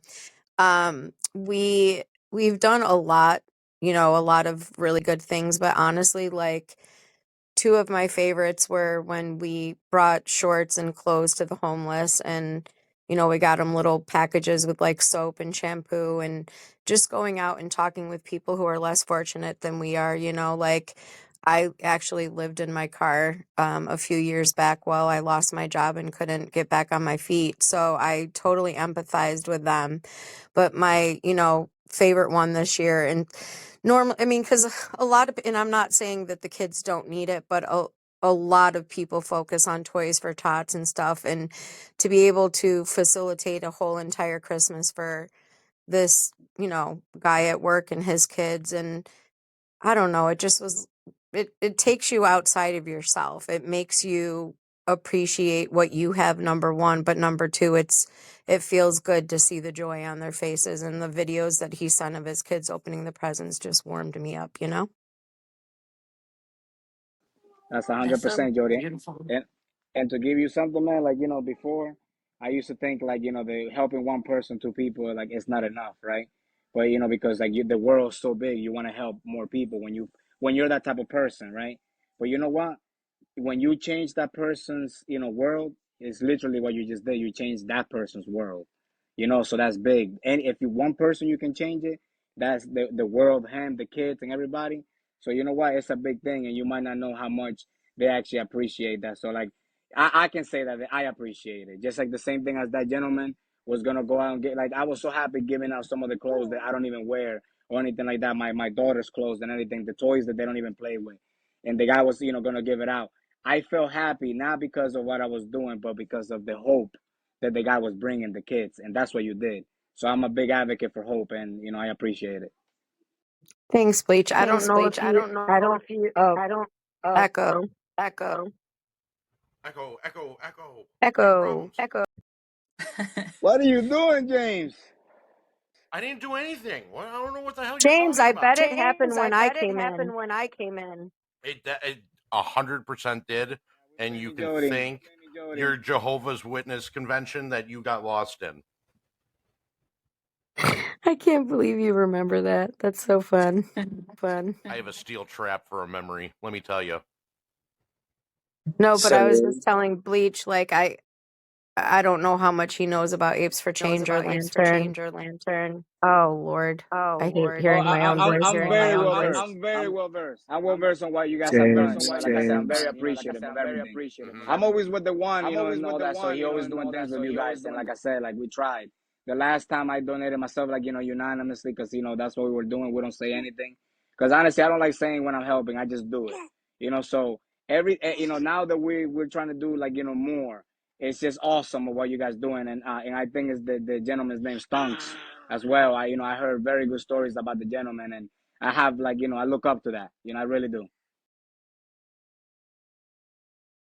Yeah, I was Okay. just saying too, like, we, all of us as apes, in the past couple of years, I've noticed just the heart of our community and, the people that are willing to give their time, their, even clothes, used clothes, whatever. I just feel so hopeful for our future because if this is what, the money is getting transferred to at some point, whenever that is, who cares?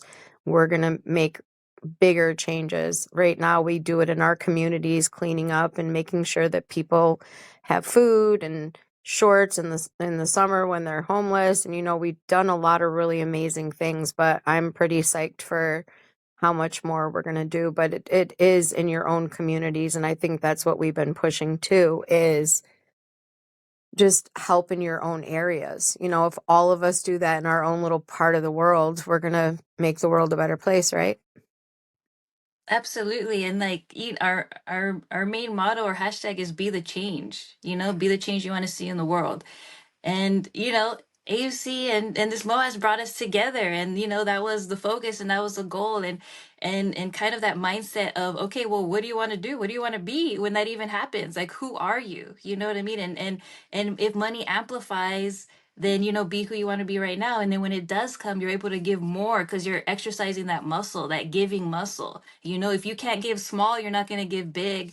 So, and that's what I really truly love, about everybody here. Everybody gives, wants to give, and support each other so much right now. Like it's a dream come true to see how, things grow in the future. But yeah, I mean, it's been amazing and life changing, and like Jody said, like there's 3 fresh water wells in Africa, right now because of what we've done together and participated, and lives have changed, and even, personal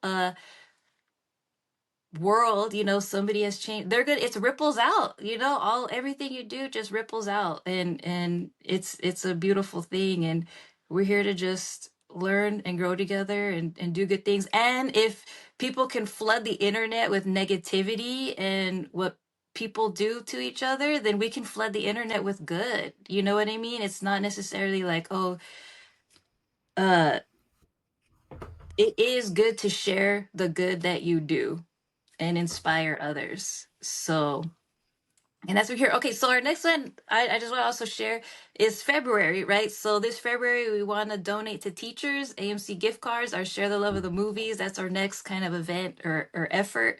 We're going to just really focus on our decentralized efforts. But yeah, we just, give to your teachers, your faculty. I mean, they've been out here for our kids these past couple of years, putting that work, and they put work. So we're excited to do that for them. Well, this blows. I want to be able to talk. 1, 2, 3, go.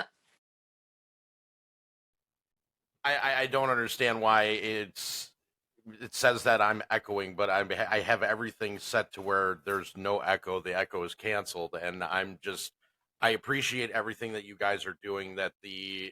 I firmly believe in change, and when you can go ahead and touch somebody, and you can go ahead and make them, better, grow, educated, whatever the case may be, if you're changing one person's life, and that's the most important thing when it comes to all of this, is if you can change one person's life every day, you're doing your job the right way, and you're making a difference in the world.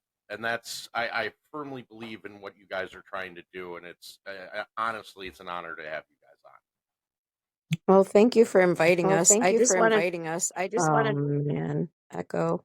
Okay. I just wanted to say too that I think this is what none of us realized we needed. um, when it all first started, like we were in, I think when we all first started to like fight the bad guys and the saggy ball bastards and whatever, that was great. But you can get tired and you can, I don't know, mentally give in to the fatigue of it all. But I think this just like uplifted so many people in the community to be like, wow, this is really what we can do. And I think, coming out of COVID and all that stuff, it just rejuvenated, I think, a lot of people. And, a couple of, projects before when we did the human trafficking, like, we're bringing people home to their families. This community is bringing people home to their families. Like, this world is so full of bad stories, but the stories that, I've been around with Apes for Change and seen people give in their hearts and wanting change, be the change, that's our thing, be the change you want to see in the world. It gives me so much hope. Like, it has rejuvenated my spirit. So I really love that slogan. Oh yeah, where did that slogan come from, Loki? Jody. No, but seriously, I I'm glad that you guys are doing this again.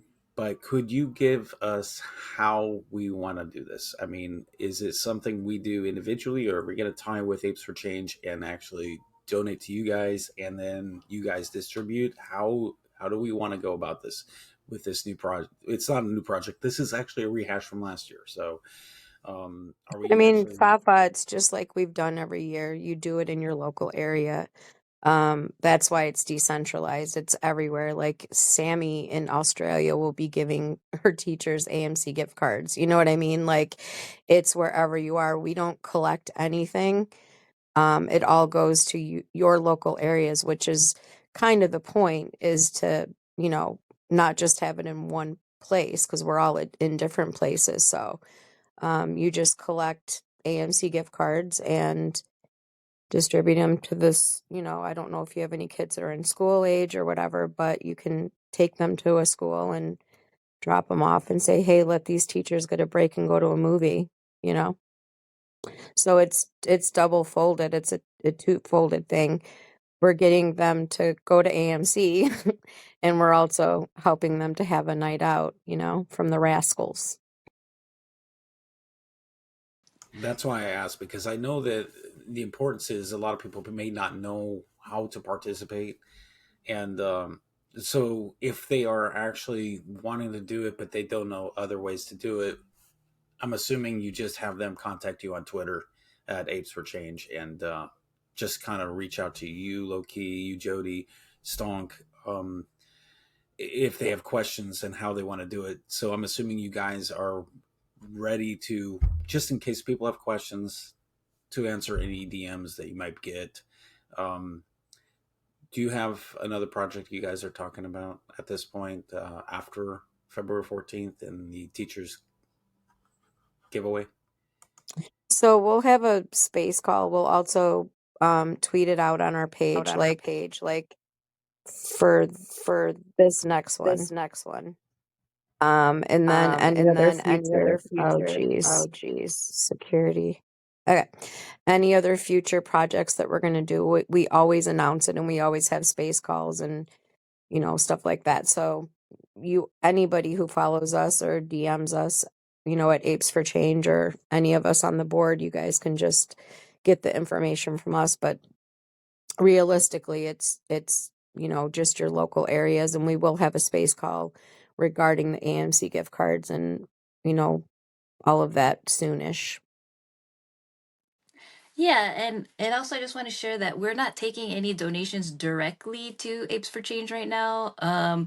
We're restructuring the organization, so we're in the middle of some things right now, but we're still pushing forward with these community uh events, that I think are also very, how would you say, Jody? Like you said, they're very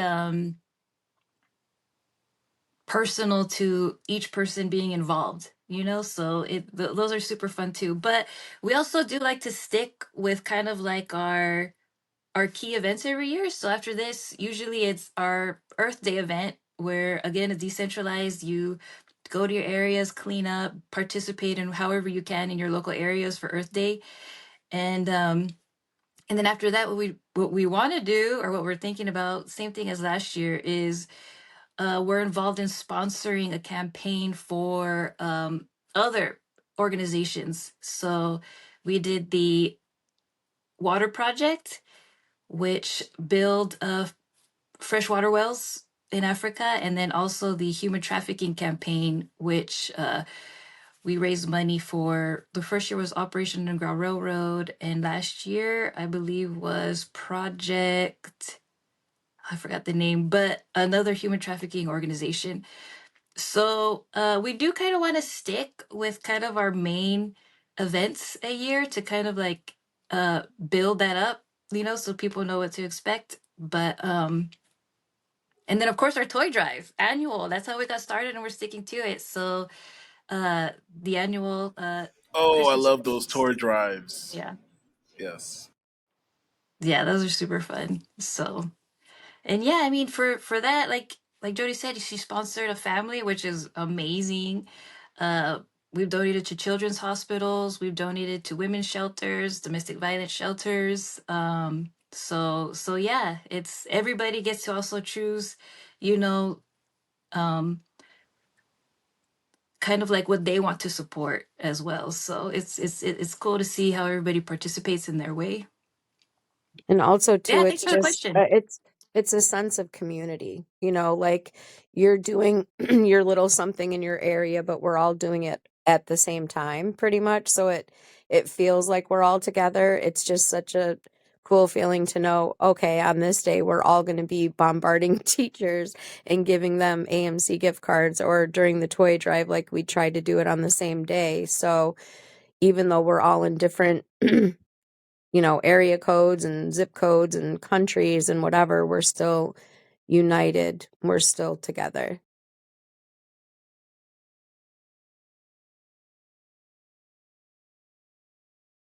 All for one and one for all. Awesome, That's what we ladies. are. Yeah. We have to be Yeah. that way.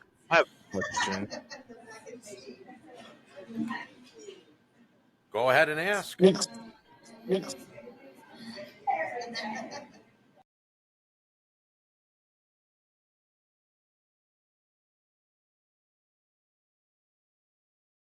Got it. Yeah. Good. Got it. Yeah. Okay.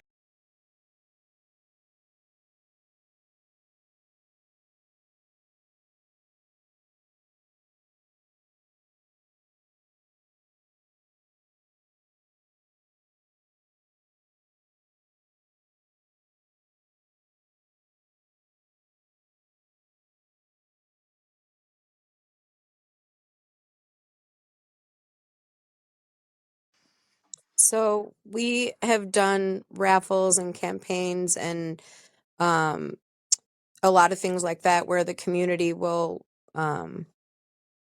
win a prize. And usually we ask, whoever it is that's donating, like Jay Brown has donated, like a bunch of people have donated things over the years. We just ask them to ship it to whoever wins that raffle or whatever it is. But I think those are things that are going to be probably in the next few months, right, Loki? Yeah, definitely. It's always fun. Like, yeah, like Jody says, either we do community trivias or, top donator, or anybody who donates, we spin, something and then give it to people who are participating. Or, if you have an idea on what you would like to do with it, and we could definitely support that, and get it out to whoever. So it's definitely a community project. But thank you. Yeah, thank you for that. And definitely, message us on Twitter, and we'll get to it.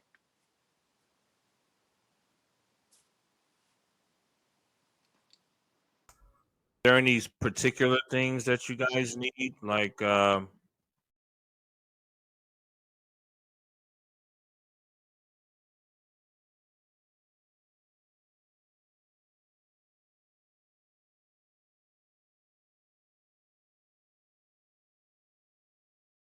No, absolutely. Yeah, no, definitely. I mean, just hit us up. But one of the somebody wants a car. But definitely, our biggest challenge and everything is getting the word out. It's interesting how some people are like, like 2 years later, he's like, I've never even heard of this before.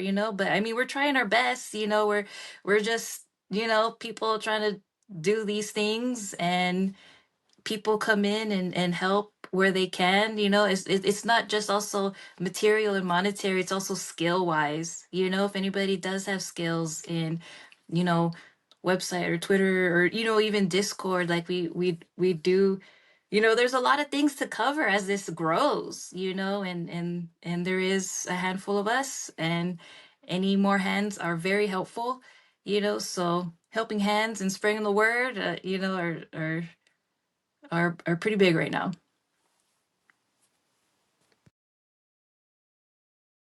Yeah, and thank you for asking. Thank you.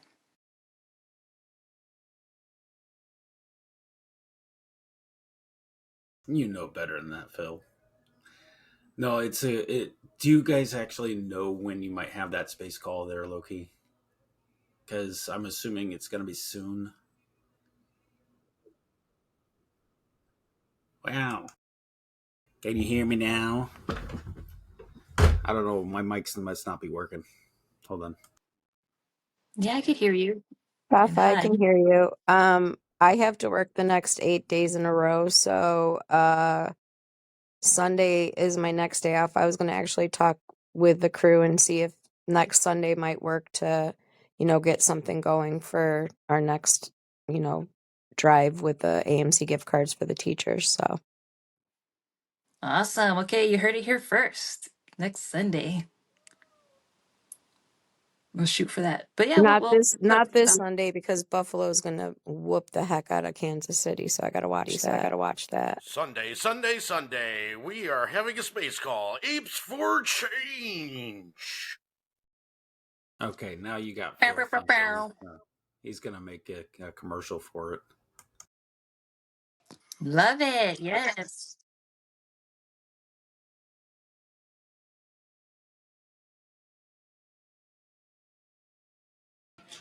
It's on the calendar.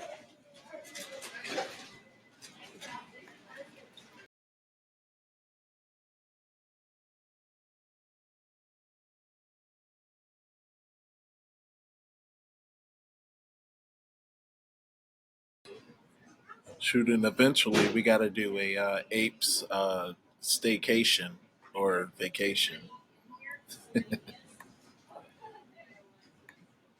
Oh wait, I don't know if you guys can hear me.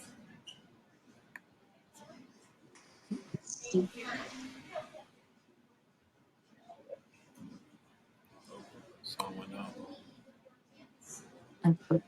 No, it's okay. And the echo has returned, I believe. Oh no, it's okay. Can It's me. So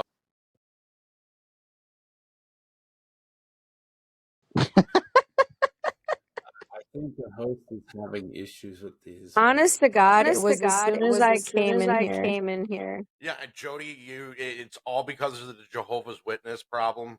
That's it. Well, maybe you you, shouldn't have you know, mocked God, James. yeah, right. If you don't have technical issues, are you even on a Issues? Are space you even call? on a space call? This isn't talking about God. I thought you guys flew up in spaceships. No. I want to go. Hey, Jody, here's the question. Did you bring Yeah. your whole field of bots with you when you came in here? I mean, that could be what it is. You Yep. guys know, But okay. you guys know that Jody's nickname from Joel is Bot Jody, and Fez, and everybody else. True story. Anyways, go ahead, Loki.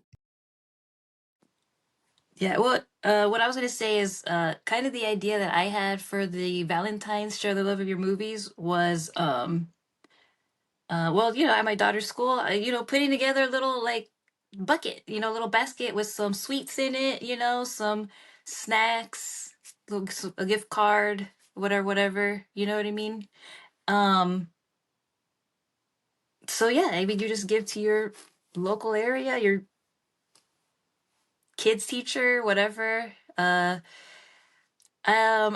also was, if you do have gift cards that you don't know what to do with and you want to message us to see if we can maybe funnel them out, or find someone who does need it to give to a teacher or something, you could do that too. We've taken, oh, last year when it was share the love of your movies with veterans. uh yeah, we got like a whole stack of AMC gift cards that we were able to go to a veterans home and give them out. And to tell you the truth, like, I didn't know this when I was there, but when I went back a couple months later, they now take trips to AMC. They take the veterans at the veterans home like every other week or every couple weeks, and that's a thing for them now too. So that was super cool to see.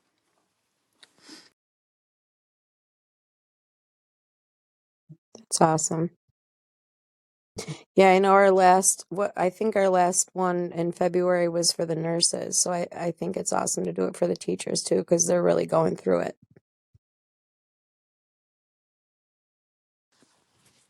Totally. I Yeah, even trying to just homeschool one kid is just like, that was a lot. So much love to all the teachers out there and everything that they do. Definitely. I have a question for you. This just came to my thought. So I was thinking, as another kind of thing to do, if Apes for Change was interested in like working an organization of sponsor a family to a movie or something like that, because we know that there's people that can't afford to do things with their family, and maybe that would be something kind of support and get involved with. Maybe give them the chance to take their family to go see a movie to get out because people can't do things. It's more expensive. Have you guys talked about something like that? Maybe as a something in maybe the summer, because that would be probably ideal. Maybe for the summer, because if they can't go on vacation. So, what do you think? I've been doing that a lot actually. It's funny you brought that up. Sponsor a family. I think that's a great idea. 100%. Yeah, that is a great idea. And I heard Lantern came off mute and you do that. So what do you do? Like, how do you go about that?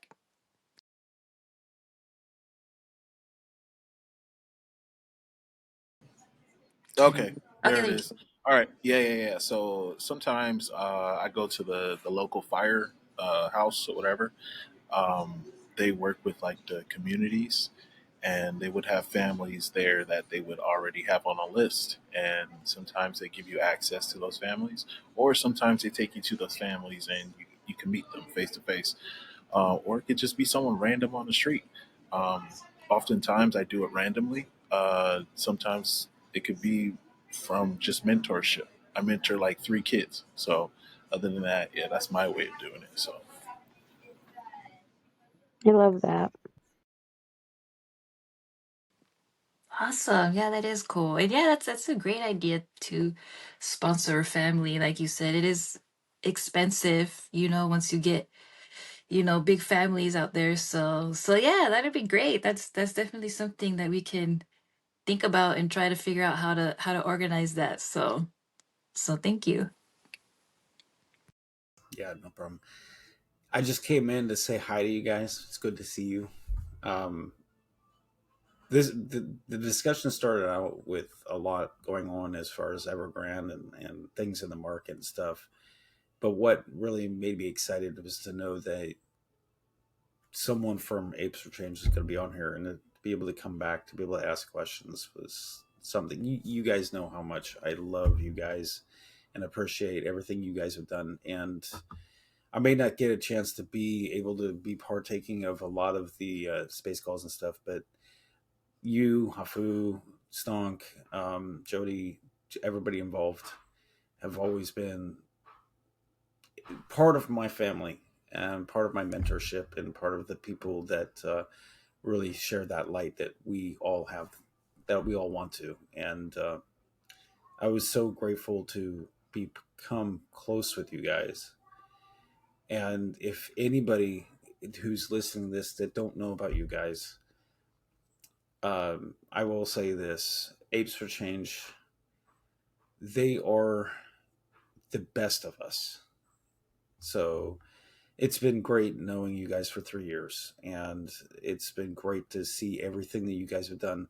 Starting with the first thing, which was that toy drive for Christmas, and moving forward with that, and then seeing the also doing the wells and things like that, but also the chance to also support and sponsor gorillas in the wild, um, because that's who we are. And so if you don't know much about them, if anybody's hearing this on Twitter, get to know them, because these are the people that we want to become. And so 100% I'm grateful to know you guys, and to have been able to talk to Stonk on the phone quite a bit. um it Man, I don't know what I would do if I didn't have someone like you guys in my life, because you bring out that be the change, things we've talked about, things that it has been my motto since I met you. And at the same time, the light always attracts more light. So okay. Thank you, Fafa. I just want to say something though. I appreciate that. And we appreciate your kind words, but literally it we did not do any of this. We were the vessel that facilitated all of the love and generosity and the showing of people's hearts in this community. You guys did that. All of you guys. Anybody that's ever even come in and supported in the calls. But none of this would have ever happened with just a few of us. It took every single one of us in this community. And I'm telling you, every time we get off a call and we go into our board meetings, we're crying because we can't believe the love and the empathy and humanity that we've come to know in the past few years. So it's everyone. It's all of us. It's not us. It's all of us. Well, I guess I can say one more thing before I actually shut up for a while. If it's not I us, don't believe you. Just kidding. if Don't it's not cry. now, when? Because one thing I've said multiple times, and I've said this in spaces, I think you guys have heard me say this: we are the ones that God put us in a position. So when what we believe will happen, Moas, we're going to be able to make the biggest difference. But if we don't start now, then we'll never start. And I think you guys are the perfect example of that you guys already started. And hopefully everybody takes that and will use it to grow in that same aspect. Because if we can't make a difference, even if we have nothing, just by a smile, by a kind word, by helping someone who's in need, it doesn't matter what we do, it makes a big difference. And you guys were willing to take that and walk with it. You ran with your hearts, and you have made a big difference. And I think you've made a big difference in a lot of our community and AMC on Twitter. You know, a lot of us are in all different types of stocks, but a lot of us flood that same compassion you guys do in our other communities. And I think that makes the biggest impact, because if we didn't start doing things today, when we have more to offer, we may never use it. And I think you guys are perfect at sharing that example, and we need more people like that. So I will. Thank you again, Fafa. We appreciate Oh you yeah, so you're much. welcome too. I do want to tell you though that besides all of the fun stuff that we're going to be doing this year, we are restructuring. Apes for Change will look a little bit different this year. Still the same passion, still the same passion to be the change you want to see in this world, but more updates coming on that. And we're pretty excited for what we're getting into. So we'll keep you guys updated, and we're going to have that space call probably, well, I don't know, this Sunday is the 21st, so it'll be the 28th, right? So Sunday the 28th, we'll put something up on our Twitter page about what time and we usually do like trivia or movie trivia or name that tune or terrible karaoke. We'll have something fun going on. So Yeah. I'm looking forward to it. And has it been 3 years already? That's wild. I can't even. But yeah, I mean, for the most part, we're just people doing things together, putting good things out there, and like you said, anybody can do it. You don't have to come from anything or be any kind of way to just uh participate or put something good out into the world. So yes, I just we appreciate just being here, and being a part of this. It's definitely been life changing. I mean, just on a personal level, like I've learned, grown, and developed so freaking much in these past 2 years that I don't think it would have. I'm definitely who I am today because of all this. So I'm just grateful for it. I know I was saying in our No, I was last saying in our the human trafficking event that, and I really meant it. Like I had literally started to lose faith in humanity. I mean, I work retail. COVID happened. We were kind of all, if you didn't really have family, you were alone when you came home from work. So, I mean, there was a lot of lonely going on. But, this community and Apes for Change and being a part of it has really like rejuvenated my, feelings that there is good in the world. I hope we try. I'm still trying to fix my microphone. I'm pissed. You sound good to me. Yeah, you sound good now, James. There's no echo. Holy shit! It happened, and customer service did nothing. I figured it out myself. You're your Anyway, own IT. you're your Yeah. own IT. Yeah. shit. I don't want it. I don't want that job. That job blows. All I know is that I thank you guys for coming. I thank you guys for doing what you guys do. It is nice when you actually find people that actually not just want to benefit themselves, but actually benefit and help the others. Because if you can do that, it just shows what type of person you are deep down inside, and that you want to spread that throughout the entire community. And it means a lot. It really does. And just keep on doing what you're doing. Thank you, James. Thank you, James. You are welcome, Jody. Anything for Jody. Just don't drink. What? Say that What? Say louder. that louder. Anything for Jody. Just don't drink too much. Oh, I have a Oh, I 14-hour have a day ahead of 14-hour me. day I ahead gotta of go to me. I bed. gotta go to bed. You better go. You better go to bed. Don't get smashed. Yes, Dad. Yes, Dad. No, I'm not your dad. No. You already have a daddy. That stunk.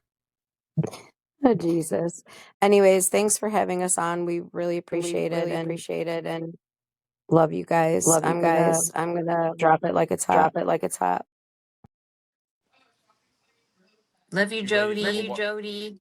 You ladies have a wonderful evening. I hope that we could do whatever we can here on the show. Like I said, anybody that does donate, I am planning on giving you guys 60% of this. And as soon as Jody leaves, there goes my mic, and it's not echoing. Hilarious. Yeah. It was all Jody. I'm blaming it on Jody now. She's just that She's just electric. that You know what I electric. mean? Oh You know my! what I mean?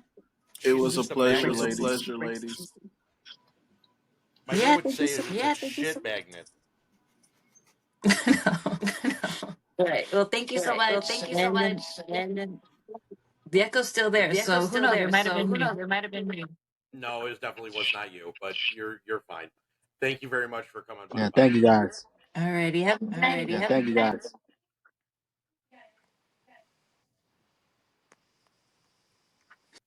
So was that me or was it them? I'm just curious. I think I don't Now know. the echo's still there. Now the echo's still there. Well, all I know is that they suck, and I'm standing far away from the mic. Like I'm I will trying figure it not out, to man. be close I to will the figure it out, man. Yeah, we'll figure it out eventually. All I know is that this was a nice test. I had a fun time. I hope you guys had a blast doing so. We are going to open up a space just so this way we can kind of get your feedback. Sorry about the echo at the end, but I hope you guys had fun. I hope you guys enjoyed seeing us and listening to a new intro, a new way of doing these. And I'm going to let you all go with this.